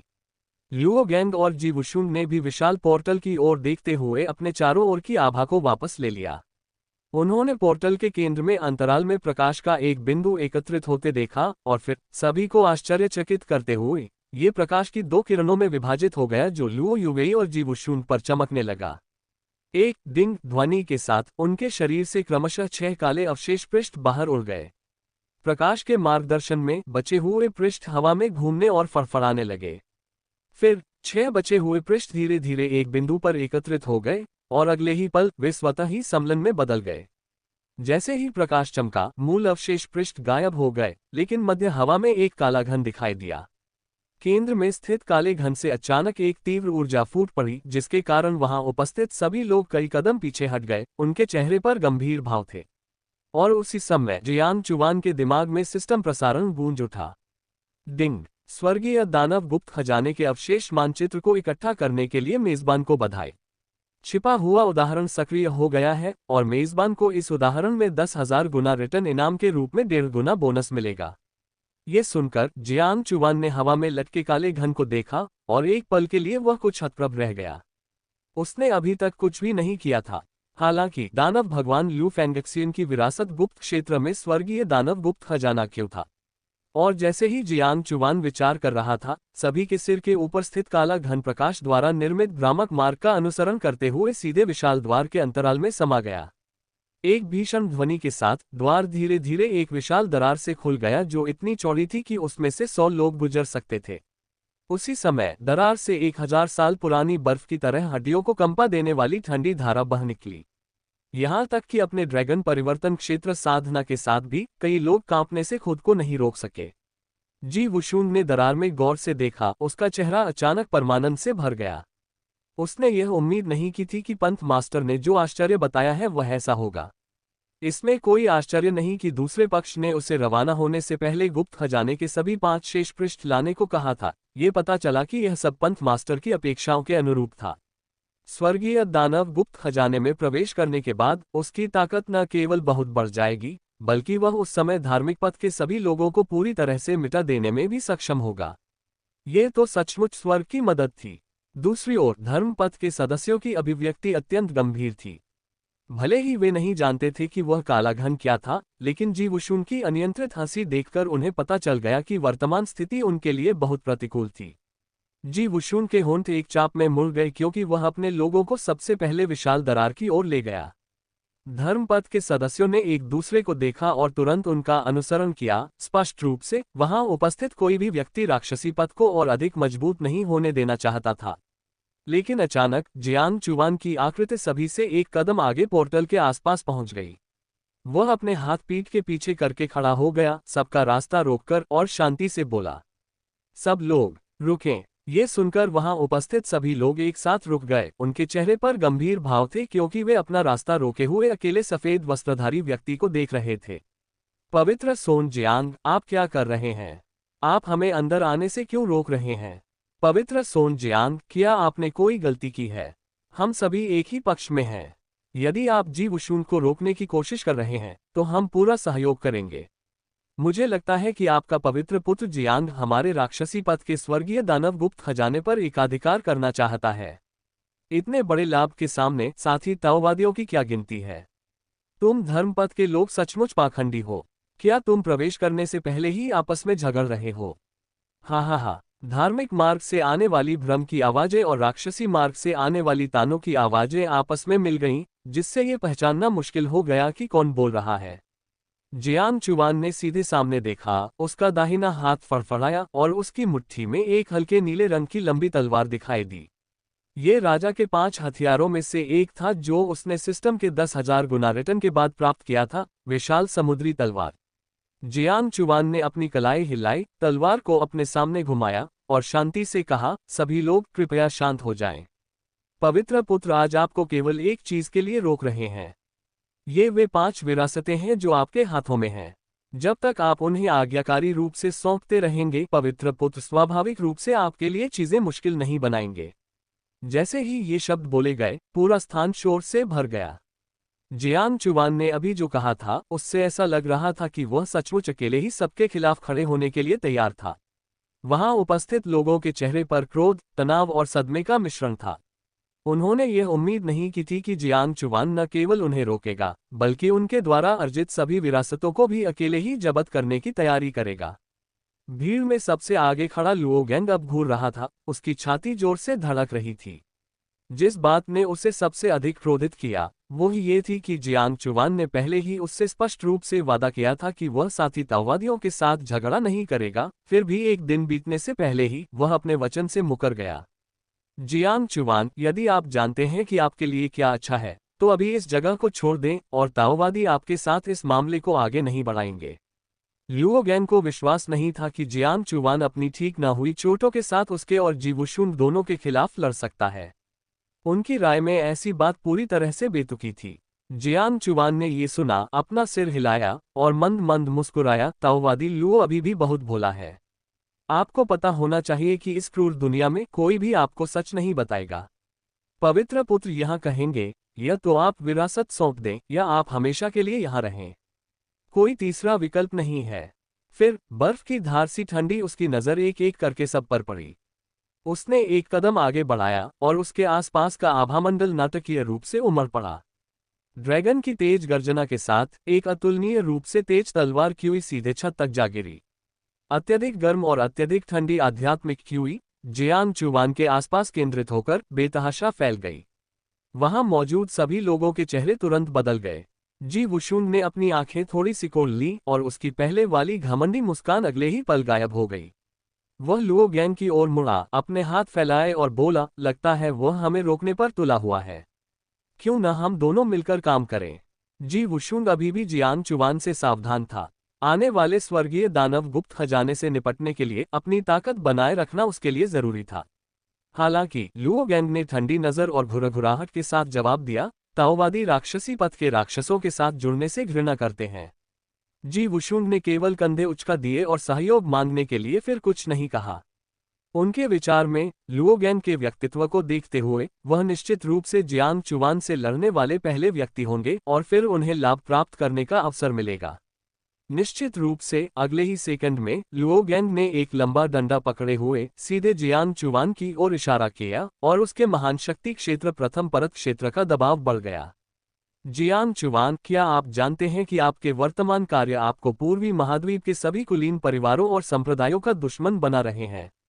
ताओवादी आपको कार्य करने से पहले सोचने की सलाह देते हैं, लुओ गैंग ने ठंडे स्वर में कहा। जैसे ही उसकी आवाज धीमी हुई, उसे एक भयानक तलवार क्यूई का प्रत्युत्तर मिला जो काले सुनहरे लपटों में लिपटी हुई थी। ये देखकर लुओ गैंग की आंखें सिकुड़ गईं। उसने अपनी लाठी उठाए और एक तेज रोशनी फूट पड़ी जो तलवार क्यूई की ओर तेजी से टूट पड़ी। धातु की एक गड़गड़ाहट के साथ जियांग चुवान द्वारा फेंकी गई तलवार क्यूई लाठी के एक ही प्रहार से धूल में बिखर गई। लुओ गैंग ने अपने लंबे डंडे की नोक को नीचे की ओर झटका और उसे अपनी पीठ के पीछे रख लिया। एक पल के लिए वह राजसी लग रहा था। उसके पीछे खड़े सभी प्रतिभाशाली लोग उसकी ओर प्रशंसा भरी नजरों से देख रहे थे। साफ था कि पहली टक्कर में लुओ गैंग को थोड़ी बढ़त मिल गई थी। हालांकि दूसरों की नजरों से ओझल एक जगह पर लुओ गैंग का दाहिना हाथ, जो लंबी छड़ी पकड़े हुए था, अनियमित रूप से कांप रहा था। अत्यधिक गर्मी और अत्यधिक ठंड की शक्ति उसके लंबे डंडे से नीचे की ओर प्रवाहित हुई, उसकी आध्यात्मिक क्यूई ढाल को तोड़ते हुए उसकी पूरी भुजा में प्रवेश कर गई। लुओ गैंग के माथे पर ठंडा पसीना टपक रहा था। ऐसा लग रहा था जैसे हजारों चींटियां उसके शरीर को काट रही हों, जिससे वह बेहद असहज हो गया। सौभाग्यवश उस अजीब ऊर्जा से दूषित होने के बाद उन्होंने समय रहते अपने दाहिने हाथ में मेरिडियन को सील कर लिया, जिससे यह उनके पूरे शरीर में फैलने से रुक गया। फिर लुओ गैंग ने अपने दाहिने पैर को पटककर अपने शरीर की सारी आध्यात्मिक क्यूई को अपने दाहिने हाथ में डाल दिया और अपने शरीर से अत्यधिक गर्मी और अत्यधिक ठंड की शक्ति को बलपूर्वक बाहर निकाल दिया। जियांग चुवान, चूंकि आप आग्रह कर रहे हैं, इसलिए ताओवादियों को निर्दयी होने का दोष मत दीजिए, लुओ गैंग ने आगे देखते हुए सख्ती से कहा। जियांग चुवान की अभी की हरकतें लुओ गैंग के लिए उकसावे से भरी थीं, जैसे पहले से ही पहाड़ों और उबलते समुद्रों को जलाने वाली भड़की हुई आग पर तेल का एक बड़ा बैरल डालना। दूसरी ओर ये देखकर कि दोनों पक्षों के बीच लड़ाई पहले से ही चल रही थी, लुओ युवेई चुपचाप भीड़ के पीछे चली गई और अपना शरीर छुपा लिया। इस समय सबका ध्यान जियांग चुवान पर था और किसी को भी यह एहसास नहीं हुआ कि कोई अचानक उनके पास से गायब हो गया है। मुझे सच में नहीं पता कि तुम सब किस बात से डर रहे हो। मुझे यकीन नहीं है कि जियांग चुवान अकेले हम में से लगभग 200 लोगों को रोक सकता है। जब से मैं आया हूं मुझे कुछ नहीं मिला। भीड़ में से किसी ने अचानक चिल्लाया, उनकी आंखें खोखली और बेजान थीं। ये चिल्लाने के बाद उन्होंने अपने हथियार भी निकाल लिए और सबसे पहले जियांग चुवान पर हमला किया। सभी ने सहमति में सिर हिलाया, मानो उन्हें प्रोत्साहन मिला हो। उनका मनोबल तुरंत बढ़ गया। ये सही है, सब लोग एक साथ हमला करो। धन के लिए हमारे रास्ते को रोकना हमारे माता पिता को मारने के बराबर है। जब तक जियांग चुवान घायल है, सभी लोग पीछे न हटें। इस लालची खलनायक को बाहर निकाल दें। आक्रमण करो। न केवल धार्मिक मार्ग बल्कि राक्षसी मार्ग। सभी ने अपने हथियार खोल दिए और हमलों की बौछार शुरू कर दी। हालांकि लुओ गैंग और जी वुशुंग, जो दोनों पक्षों का नेतृत्व कर रहे थे, दोनों एक साथ एक पल के लिए रुके, फिर भीड़ के पीछे चले गए। यद्यपि वे बिना किसी आदेश के भीड़ के सक्रिय हमले से हैरान थे। हालांकि उनकी राय में ऐसा करने से परिणाम पर कोई प्रभाव नहीं पड़ेगा। जियांग चुवान संख्या में कम और प्रतिद्वंद्वी होने के कारण निस्संदेह सभी का सामना करते समय पराजित हो जाएगा। दूसरी ओर उस पर आक्रमण कर रही दिव्य क्षमताओं और गुप्त कलाओं का सामना करते हुए जियांग चुवान ने विशाल समुद्री तलवार को धीरे धीरे अपने सामने क्षैतिज रूप से पकड़ रखा था। तभी तलवार की गुनगुनाहट सभी के कानों में गूंजी। उसके बाद तलवार की रोशनी की एक चमक पूरे स्थान में फैल गई, जिसकी चमक आकाश को भेद रही थी। विचारहीन एक तलवार स्लैश। कांग्युआन तलवार शास्त्र में ये सीखने के लिए सबसे कठिन तलवार चाल थी। तलवार चलाने वाले को तलवार हृदय की स्पष्टता के स्तर तक पहुंचना होता था, जहां तलवार चलाने के लिए उसके हृदय में केवल एक ही तलवार होती थी। जियांग चुवान के देहांतरण के बाद से यह पहली बार था जब उसने तलवार की इस चाल का प्रयोग किया था, लेकिन उसे किसी भी प्रकार की अपरिचितता महसूस नहीं हुई। ऐसा लग रहा था मानो तलवार की यह चाल उसके हृदय में हजारों बार अंकित हो गई हो, और विचारहीन एक तलवार के वार की उसकी समझ पूर्णता के शिखर तक पहुंच गई हो। तलवार की चमकदार रोशनी एक महान सूर्य की तरह वहां उपस्थित सभी लोगों द्वारा फेंकी गई दिव्य क्षमताओं और गुप्त कलाओं से सीधे टकराए। क्षण भर में ही 1 दर्जन से अधिक दिव्य क्षमताएं भयानक तलवार क्यूई द्वारा पूरी तरह से चकनाचूर हो गईं। जैसे ही सभी लोग स्तब्ध हुए और एक और हमला करने की तैयारी करने लगे, तलवार की रोशनी जो आकाश को भेदने में सक्षम प्रतीत हो रही थी, अगले ही क्षण थोड़ी मंद पड़ गई तथा सैकड़ों दिव्य क्षमताओं की घेराबंदी के नीचे दरारें दिखाई देने लगीं। कुछ ही सांसों में तलवार की रोशनी अंततः टिक नहीं सकी और बिखर कर हवा में ही विलुप्त हो गई। उसी समय शेष दर्जनों दिव्य क्षमताओं ने फिर से जियांग चुवान की दिशा पर हमला करना शुरू कर दिया। जियांग चुवान ने अपना हाथ उठाया और एक मुक्का मारा, जिससे सबसे आगे आ रही दिव्य क्षमता तितर बितर हो गई। लेकिन कुछ अभी भी बचे हुए थे, जो जियांग चुवान के शरीर के विभिन्न हिस्सों पर उसकी अप्रस्तुति के कारण लगे। वह कई मीटर पीछे की ओर फेंका गया, उसका चेहरा लाल हो गया। जैसे ही जियांग चुवान के मुंह से ताज़ा खून की एक बड़ी मात्रा निकली, उसका चेहरा और भी पीला पड़ गया और वह पूरी तरह से निराश दिखाई दिया। ये देखकर जी वुशुन ने भौहें चढ़ाईं। क्या ये हो सकता है कि जियांग चुवान सचमुच अपनी पुरानी चोटों से जूझ रहा है, जैसा कि अफवाहें कहती हैं? जी वुशुन ने मन ही मन सोचा। लेकिन अब तथ्य उसके सामने खुले हुए थे और उसके पास विश्वास करने के अलावा कोई विकल्प नहीं बचा। जहां तक इस बात का सवाल है कि दूसरा पक्ष झूठा नाटक कर रहा है, जी वुशुन ने बहुत पहले ही इसे खारिज कर दिया था।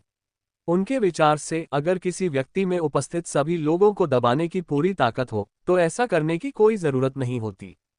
फिर उन्होंने अपने राक्षसी पथ के शिष्यों को आगे बढ़ाया और लुओ गैंग तथा अन्य लोगों के साथ मिलकर जियांग चुवान को घेर लिया, जो अब रक्त से सने सफेद वस्त्रों में ढका हुआ था और अभी भी भारी सांसें ले रहा था। जी वुशुन ने अपनी ठुड्डी पर हाथ फेरा, उसकी नजर जियांग चुवान के शरीर पर घूम रही थी। दूसरे पक्ष के सफेद वस्त्र फटे हुए थे, उसका मांसल शरीर आधा दिखाई दे रहा था। कई गहरे, हड्डियों से दिखाई देने वाले भयानक घावों से उसकी हर सांस के साथ ताज़ा खून लगातार बह रहा था, जिससे उसके सफेद वस्त्र पर लाल रंग का दाग और गहरा होता जा रहा था। जियांग चुवान, ये सब तुम्हारा ही काम है। अगर तुम अभी चले गए तो ये दाव तुम्हें जाने देगा, लुओ गैंग ने भौहें चढ़ाते हुए कहा। जियांग चुवान को मारने का उसका कोई इरादा नहीं था। लुओ गैंग के विचार में केवल जियांग चुवान जैसी प्रतिभा वाला कोई प्रतिभाशाली व्यक्ति ही उसका प्रतिद्वंद्वी बनने के योग्य था। ये बहुत दुख की बात होगी यदि वह अब राक्षसी पथ के गुप्त क्षेत्र में मर जाए। लेकिन दूसरी तरफ खड़े जी वुशुन को ऐसा नहीं लगा, क्योंकि कल्ट मास्टर ने उसे जियांग चुवान से सावधान रहने की चेतावनी दी थी। फिर वह दूसरे पक्ष की जान ले लेगा जबकि वह प्रतिरोध करने में असमर्थ होगा। जैसे ही वह ये सोच रहा था, अचानक उसके हाथ में एक राक्षसी परशु प्रकट हो गई। लेकिन जैसे ही जी वुशुन जियांग चुवान की ओर अपना फरसा घुमाने वाला था, जियांग चुवान, जो कमजोर आभा के साथ अपना सिर नीचे कर रहा था, अचानक ऊपर देखा। जी वुशुन कुछ पल के लिए यह बता नहीं पाए कि उन्होंने क्या देखा। कैसी आंखें थीं वो, वे स्याही की तरह काले थे, फिर भी एक अथाह खाई की तरह। एक ही नज़र में जी वुशुन को ऐसा लगा जैसे उसकी दिव्य आत्मा नियंत्रण खोने वाली है। साथ ही उसने वास्तव में दूसरे पक्ष की गहरी आंखों में अपना एक और संस्करण देखा, जो लगातार संघर्ष कर रहा था, दहाड़ रहा था और निराश था। एक क्षण के लिए जी वुशुन अपनी जगह पर स्थिर रहे और अपनी परशुधारी मुद्रा बनाए रखी। जैसे ही यह कहा गया, जियांग चुवान की आभा फिर से बढ़ गई और सम्राट की आभा ने वहां मौजूद सभी लोगों को दबा दिया। इस भयानक शक्ति के कारण लुओ गैंग सहित सभी लोगों के पैर कमजोर पड़ गए और साथ ही उनके मन में जियांग चुवान के सामने घुटने टेकने और दंडवत करने का विचार आया। जियांग चुवान ने अपना दाहिना हाथ मुट्ठी में भींच लिया और उसकी सतह से एक चमकदार चांदी जैसी रोशनी फूट पड़ी। कुछ लोग समय पर अपनी आंखें बंद नहीं कर पाए और अगले ही पल वे चांदी की रोशनी से अस्थायी रूप से अंधे हो गए। इस समय लुओ गैंग को अंततः एहसास हुआ कि कुछ गड़बड़ है। उसकी अभिव्यक्ति बदलते हुए वह चिल्लाया, अच्छा नहीं, जल्दी से पीछे हटो। लेकिन जब तक उसने अपनी बात खत्म की और कोई प्रतिक्रिया दी, तब तक बहुत देर हो चुकी थी। उसके दिल में खतरे की घंटियां जोर जोर से बज रही थीं। दर्द भरी चीखों के साथ जियांग चुवान ने अपने पैरों के नीचे जमीन पर अपनी दाहिनी मुट्ठी पटक दी। सम्राट मुट्ठी। कुछ दिन पहले लुओ युवेई द्वारा किए गए सम्राट मुट्ठी के प्रहार की तुलना में जियांग चुवान के वर्तमान प्रहार में शानदार और भव्य भावना का अभाव था। हालांकि इसके अंदर की आभा और भी अधिक शक्तिशाली थी, जो एक निश्चित सीमा तक उसके आसपास के लोगों के मन और कार्यों को प्रभावित करने में सक्षम थी। बेशक महान पूर्णता क्षेत्र तक पहुंचने के बाद सम्राट मुट्ठी की यह पूरी शक्ति नहीं थी, अधिक सटीक रूप से ये तो केवल हिमशैल का सिरा था। अब जियांग चुवान ने अपनी राजा क्षेत्र 7वें स्वर्ग की शक्ति के साथ ड्रैगन और महान शक्ति क्षेत्र के साधकों के एक समूह के खिलाफ सम्राट मुट्ठी का उपयोग किया, फिर भी उसने जो शक्ति प्रवाहित की वह उसकी पूर्ण क्षमता का 10वां हिस्सा भी नहीं थी। जैसे ही जियांग चुवान की मुट्ठी जमीन पर लगी, उसके आसपास के सभी लोगों को ऐसा लगा जैसे आसमान टूट पड़ा हो। जियांग चुवान से क्यूई की एक ज्वारीय लहर बाहर की ओर उठी, जिसने सभी को अपने पैरों से उड़ा दिया और उन्हें विनाशकारी बल के साथ पीछे की ओर उड़ा दिया। उसी समय 4 अलग अलग लोगों की ओर से एक अंधेरे धर्मरथ के 4 पृष्ठ सामने आए। उनकी सतहों से निकलने वाले शुद्ध राक्षसी प्रकाश ने एक बार फिर सभी की निगाहें अपनी ओर खींच ली, और वे उस दिशा पर ध्यानपूर्वक टिक गईं जहां 4 काले धर्मरथ के पृष्ठ गिरे थे। जैसे ही जी वुशुन को उड़ा दिया गया, उसने अचानक अपने गले में मिठास महसूस की और मुंह से ताज़ा खून बह निकला। यह अपर्याप्त शारीरिक शक्ति के कारण नहीं था, बल्कि जियांग चुवान के स्वर्ग और पृथ्वी महान करुणाफू को बलपूर्वक तोड़ने से पहले उसे झेलना पड़ा था। युद्ध दानव शास्त्र को, जिसे उसने अभी अभी प्राप्त किया था और जिससे अपने हाथ भी गर्म नहीं किए थे, अपनी आस्तीन से बाहर उड़ते हुए देखकर उसने तुरंत घूर कर देखा, अपने दांत पीसते हुए कहा, नहीं, युद्ध दानव शास्त्र सब मेरा होना चाहिए। तभी एक सफेद पोशाक में एक व्यक्ति ने उस क्षण का फायदा उठाया जब क्यूई लहर ने सभी को उड़ा दिया था और वह मध्य हवा में उड़ गया। वह अद्वितीय आकृति कोई और नहीं बल्कि लुओ युवेई थी, जिसने पहले खुद को छुपा लिया था। उसने अपना दाहिना हाथ हिलाया और आस्तीन का रिबन धनुष से निकले तीर की तरह निकला और 4 काले धर्मरथों को हवा में उड़ा ले गया। फिर लुओ गैंग और जी वुशुन की हैरान और गुस्से भरी निगाहों के नीचे लुओ युवेई ने अपनी गति तकनीक को पूरी तरह से सक्रिय कर दिया, जियांग चुवान के पास से उड़कर दरार में प्रवेश किया और गायब हो गई। ये देखकर जियांग चुवान ने आश्चर्यचकित भाव से चिल्लाया, क्या लुओ युवेई तुम? ऐसा कहने के बाद उसने भीड़ की ओर देखा जो पहले ही 100 मीटर उड़कर उतर चुकी थी, फिर मुड़कर दरार में घुस गई। वास्तव में जियांग चुवान इस समय सभी को वहां रोकने के लिए कार्रवाई कर सकता था, लेकिन उसने ऐसा नहीं किया। ये नाटक अभी आधा ही पूरा हुआ था और इन महत्वपूर्ण सहायक पात्रों की अभी भी काफी उपयोगिता थी। जियांग चुवान, तुम मरने के लायक हो। जैसे ही जियांग चुवान वहां से चला गया, एक भयंकर दहाड़ गूंज उठी। जी वुशुन का चेहरा क्रोध से विकृत हो गया और उसने अपनी मुट्ठी जमीन पर पटक दी।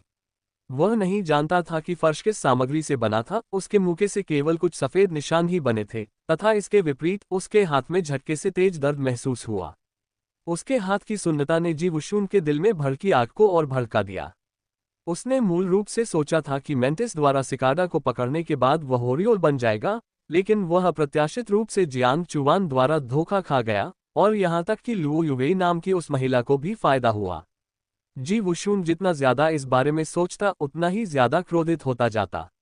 उसने तुरंत बाकी राक्षसी पथ के शिष्यों को छोड़ दिया और अपना राक्षसी परशु थामे अकेले ही उस दरार में उड़ गया।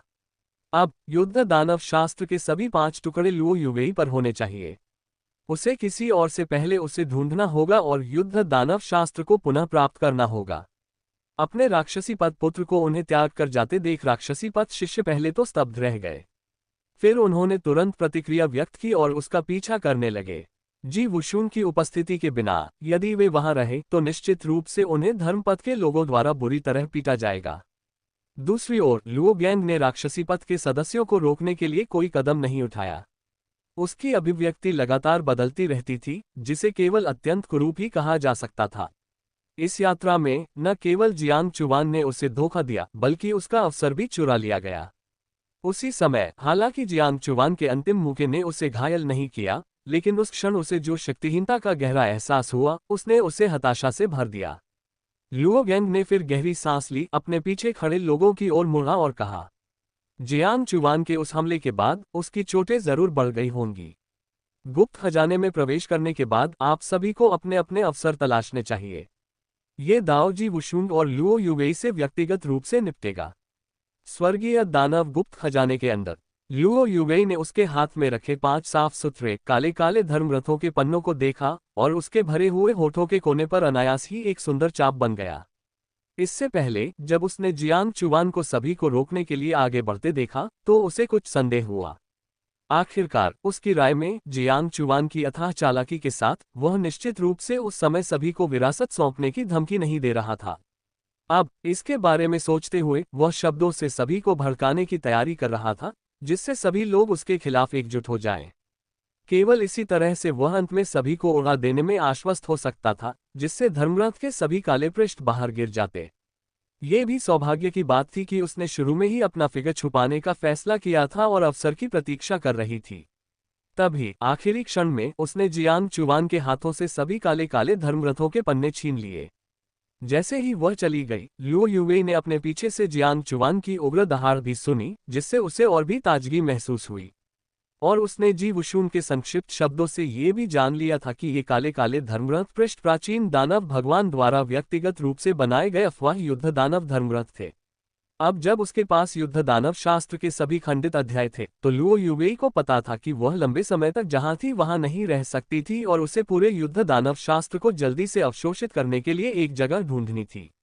जहां तक इस बात का प्रश्न है कि ये दिव्य क्षमता धार्मिक मार्ग है या राक्षसी मार्ग, उसे इसकी परवाह नहीं थी। जब तक यह उसकी शक्ति को बढ़ा सकती थी, तब तक यह एक अच्छी दिव्य क्षमता थी। इसके अलावा उसके पास दाओ स्रोत अमर शरीर और सम्राट स्तर की साधना तकनीक दाओ यान शास्त्र था, जिसने उसे राक्षसी तकनीक या शैतानी क्यूई के दुष्प्रभावों को पूरी तरह से नजरअंदाज करने की अनुमति दी। इसके बाद लुओ युवेई ने सिल्वर फीनिक्स रिंग को उतार दिया और इसे कियानकुन रिंग के स्थान पर रख दिया, ताकि जियांग चुवान को इस आइटम के माध्यम से उसे खोजने के लिए तत्काल आंदोलन का उपयोग करने से रोका जा सके। इसके तुरंत बाद लुओ युवेई की खूबसूरत आंखें झपकीं और उसकी निगाहें चारों ओर घूम गईं। उसकी दृष्टि में काले क्रिस्टल से निर्मित एक भव्य महल था, जिसके शीर्ष पर एक कांस्य सिंहासन था, जिस पर राक्षसी रून्स कवच में पूरी तरह लिपटी एक आकृति बैठी थी। ऐसा लग रहा था जैसे उसके चारों ओर की शैतानी क्यूई वर्षों के संचय के कारण एक ठोस पदार्थ में संघनित हो गई हो। एक नजर पड़ते ही लोगों को मानसिक बेचैनी महसूस होने लगी और उनका दिमाग हिल गया। यदि ये तथ्य न होता कि वह उस पर कोई जीवन आभा महसूस नहीं कर सकती थी। लुओ युवेई को तो ये भी संदेह था कि वह यहाँ केवल स्वास्थ्य लाभ कर रहा है, वास्तव में मरा नहीं है। ये कवच एक अज्ञात पदार्थ से बना था तथा लाखों वर्षों तक बिना किसी क्षय के संरक्षित रहा। जहां तक कवच के भीतर भौतिक शरीर की बात है, लुओ युवेई अपनी दिव्य इंद्रिय से उसमें प्रवेश करके उसका निरीक्षण नहीं कर सकती थी, क्योंकि वह हमेशा काली धुंध की एक परत से अवरुद्ध रहता था।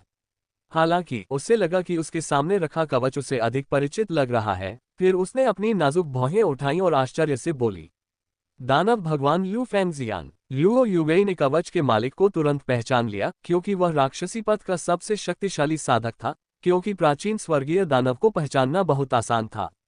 अपने पिछले जीवन में जब लू फेंगक्सियन की विरासत गुप्त क्षेत्र खुला, तो वह यहाँ नहीं आई थी।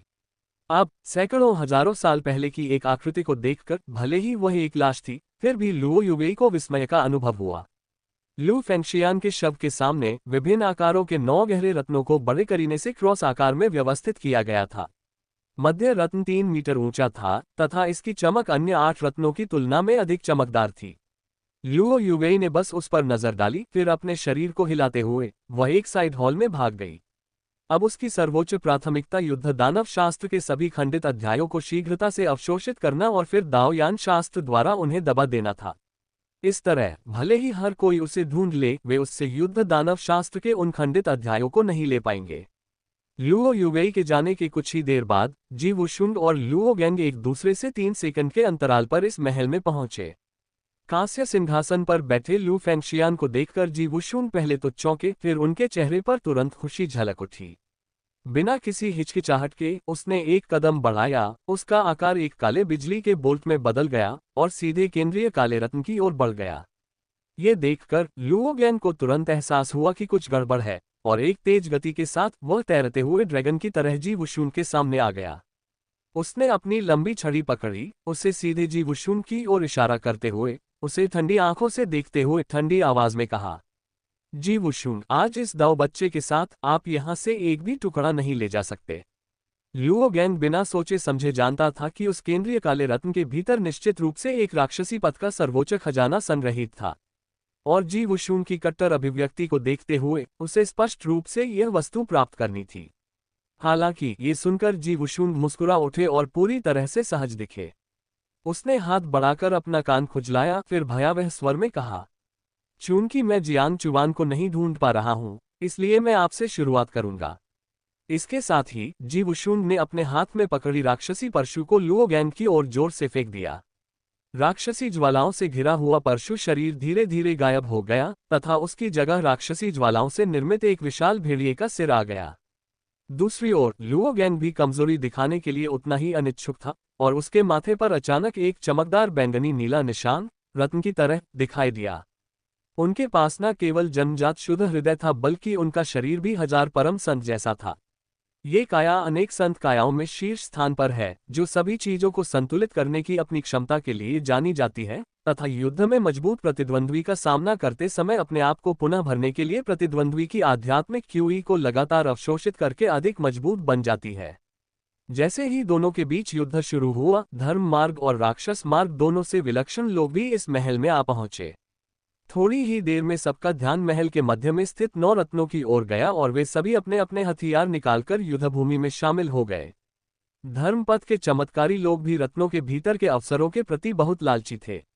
यद्यपि वे राक्षसी पथ की वस्तुओं का उपयोग नहीं कर सकते थे, लेकिन यदि इन वस्तुओं को निकाल लिया जाए तो वे निश्चित रूप से दुर्लभ और आश्चर्यजनक खजाने होंगे। उस समय वे उन्हें राक्षसी पथ संप्रदायों के साथ समान मूल्य पर पूरी तरह से व्यापार कर सकते थे। प्रत्येक को वह मिलता था जिसकी उन्हें आवश्यकता होती थी। दृश्य तुरंत अराजक हो गया और किसी को ये देखने का समय नहीं मिला कि क्या महल में 9 रत्नों के अलावा अन्य अवसर भी थे। उनके लिए दानव भगवान लू फेंगक्सियन की लाश के सामने रखी गई कोई भी चीज निस्संदेह एक खजाना होगी।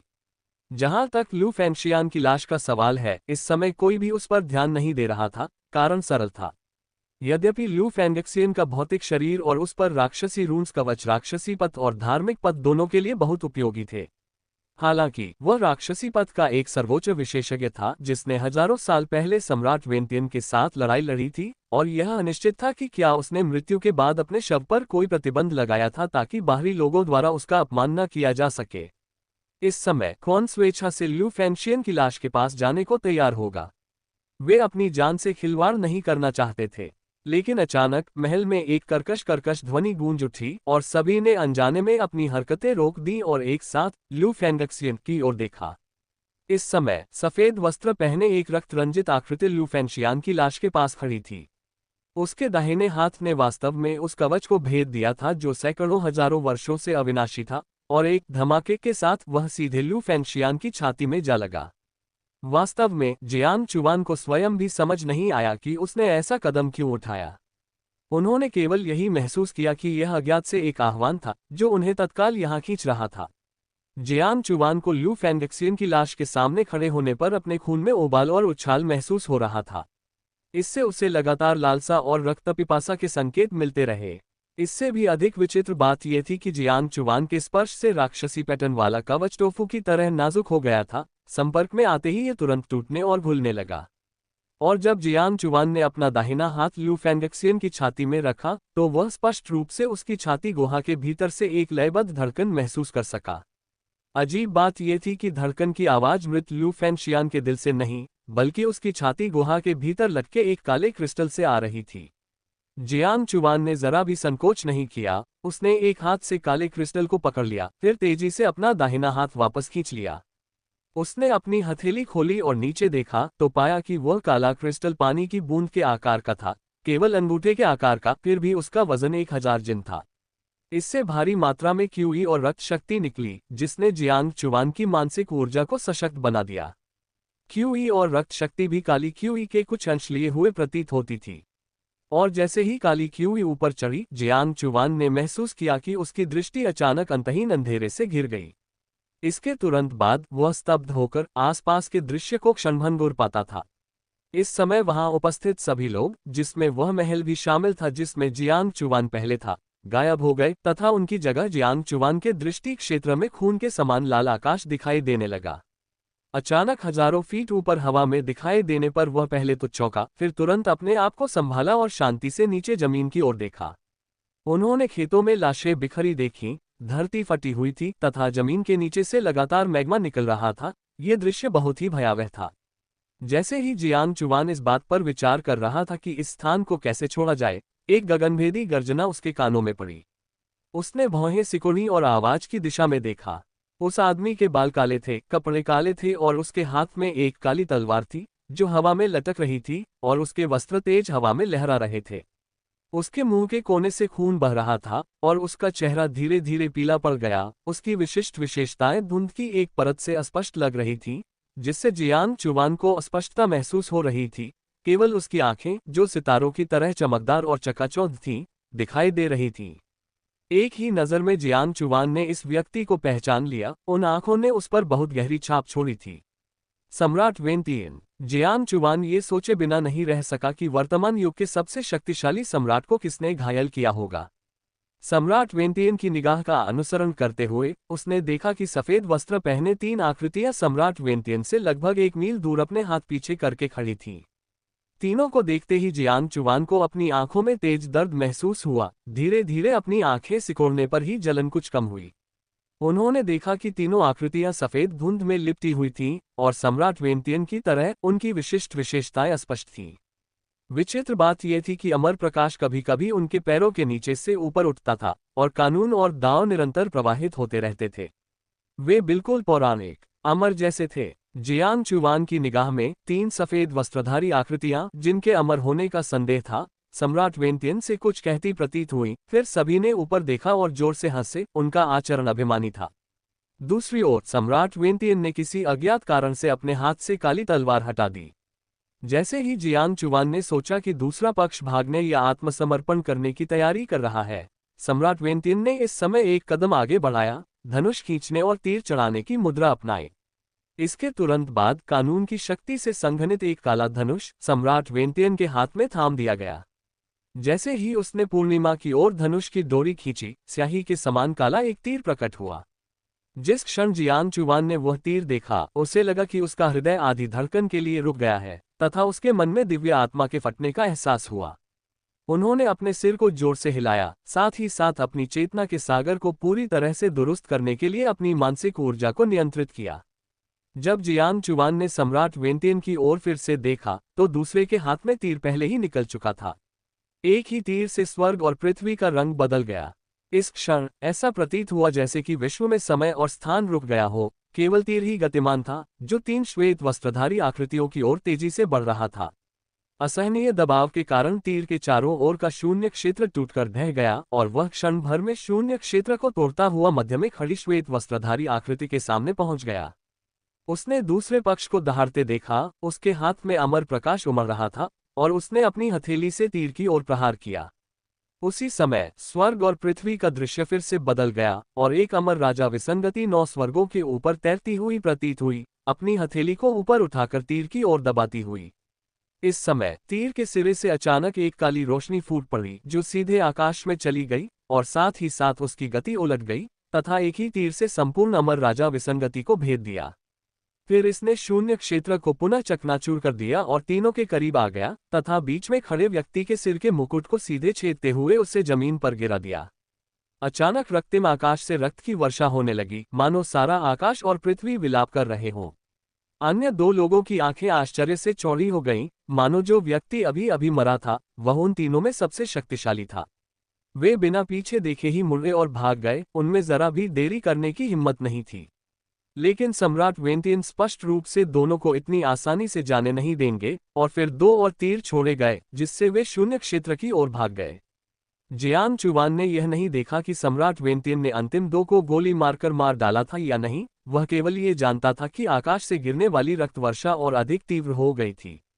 जैसे ही वह आगे बढ़कर दूसरे पक्ष से पिछली बार पैतृक भूमि में हुए बपतिस्मा के बारे में पूछने वाला था, उसकी दृष्टि में दूसरे पक्ष ने फिर से धनुष खींचा और तीर चलाया। आश्चर्यजनक रूप से अंतिम तीर जियांग चुवान की दिशा में चलाया गया। ... स्वर्गीय दानव गुप्त खजाना महल के अंदर लुओ युवेई को एक छिपा हुआ कोना मिला और युद्ध दानव शास्त्र के सभी अवशेष पृष्ठों को अवशोषित करने के बाद वह सीधे मुख्य हॉल में आ गई।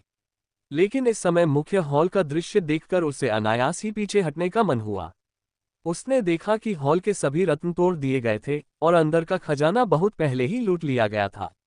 लुओ गैंग, जो मूल रूप से जीवुशुन से लड़ रहा था, अब खून थूक रहा था और पीछे की ओर उड़ रहा था, जमीन पर गिर रहा था। उसकी आत्मा सुस्त थी। धर्मपथ के अन्य चमत्कारिक लोग अलग अलग स्तर पर घायल हुए थे, तथा कमजोर साधना वाले कुछ लोगों ने तो यहाँ अपनी जान भी गंवा दी थी। और राक्षसी पथ की ओर, जीवुशुन के हाथ में अब पहले वाला राक्षसी परशु नहीं था, बल्कि उसकी जगह फैन तियान परशु था, जो शैतानी क्यूई में लिपटा हुआ था और हत्या के इरादे को मजबूत कर रहा था। पूरा महल शैतानी क्यूई से भर गया था, और जीवुशुन का शरीर और भी अधिक भयानक राक्षसी शक्ति से व्याप्त था, जिसने लोगों के दिलों को कांपने पर मजबूर कर दिया था। स्पष्टतः दूसरे पक्ष ने न केवल फैन तियान पर्लबर्ड प्राप्त किया था, बल्कि सौभाग्य से स्वर्गीय दानव विरासत भी प्राप्त कर ली थी। इस समय वह हवा में लटका हुआ था, उसकी निगाह ऊपर से लुओ गैंग पर टिकी थी, और वह भयावह ढंग से मुस्कुरा रहा था। हे, आपने उम्मीद नहीं की थी कि लू फैंगक्सियन की तरह मेरे पास भी एक प्राकृतिक राक्षसी हृदय है ना? मेरे राक्षसी भगवान परिवर्तन के तहत क्या आपको लगता है कि आप अभी भी इन कमजोर लोगों को ले जा सकते हैं और इस जगह को छोड़ सकते हैं? ये सुनकर लुओ गैंग ने केवल एक दुखद मुस्कान दी। उसके बाएं हाथ पर घाव से काला बैंगनी गंदा खून लगातार बह रहा था। फिर बिना किसी हिचकिचाहट के उसने अपनी बाईं भुजा को एक हथेली से तोड़ दिया, और उसी समय उसके हाथ से एक सुनहरा ताबीज उड़ गया। अगले ही पल जीवुशुन और अन्य लोगों की चौंकती निगाहों के सामने सुनहरा ताबीज एक गर्जना के साथ फट गया। एक सुनहरी रोशनी ने वहां उपस्थित सभी धर्मपथ के चमत्कारों को घेर लिया, और फिर वास्तव में सभी को दूर भेज दिया। ये दृश्य देखकर जीवुशुन ने ठंडी सांस ली, उसकी आंखें सिकुड़ गईं। जैसे ही लुओ युवेई यह अनुमान लगा रहा था कि दूसरा पक्ष भी जाने की तैयारी कर रहा है, जीवुशुन अचानक मुड़ा और फैन तियानपल को फेंक दिया, जो सीधे लुओ युवेई की दिशा में चला गया। लुओ युवेई की पुतलियां सिकुड़ गईं। ये पहली बार था जब उसकी छिपाने की तकनीक विफल हो गई थी। फिर उसने महल में भर रही शैतानी क्यूई को गौर से देखा। उसके दिल में झुंझलाहट की लहर दौड़ गई। राक्षसी लपटों से धधकते हुए उस पर हमला करने वाले फैन तियान हालबर्ट को देखकर लुओ युवेई ने महसूस किया कि उस पर शक्तिहीनता की लहर छा गई है। यद्यपि इसकी अधिकांश शक्ति सील की थी, लेकिन उस समय फैन तियान हालबर्ट दानव भगवान लू फैंगक्सियन का जीवन बद्ध राक्षसी हथियार था, और इसकी शक्ति सम्राट के हथियार के बहुत करीब थी। लुओ युवेई जानती थी कि वह इस हमले को बिल्कुल नहीं रोक सकती, और जैसे ही वह समय खरीदने के लिए अपने दावस्रोत अमर शरीर की जन्मजात दिव्य क्षमता का उपयोग करने वाली थी, एक सफेद वस्त्रधारी आकृति अचानक उसके सामने प्रकट हुई, और इस समय फैन तियान हेल्बर्ट ने उसकी छाती को छेद दिया। अपने सामने खड़े उस आदमी को देखकर, जो अपने शरीर से उसे ढक रहा था, लुओ युवेई का दिल धड़क उठा, और वह एक पल के लिए वहीं जम गई। जियांग चुवान।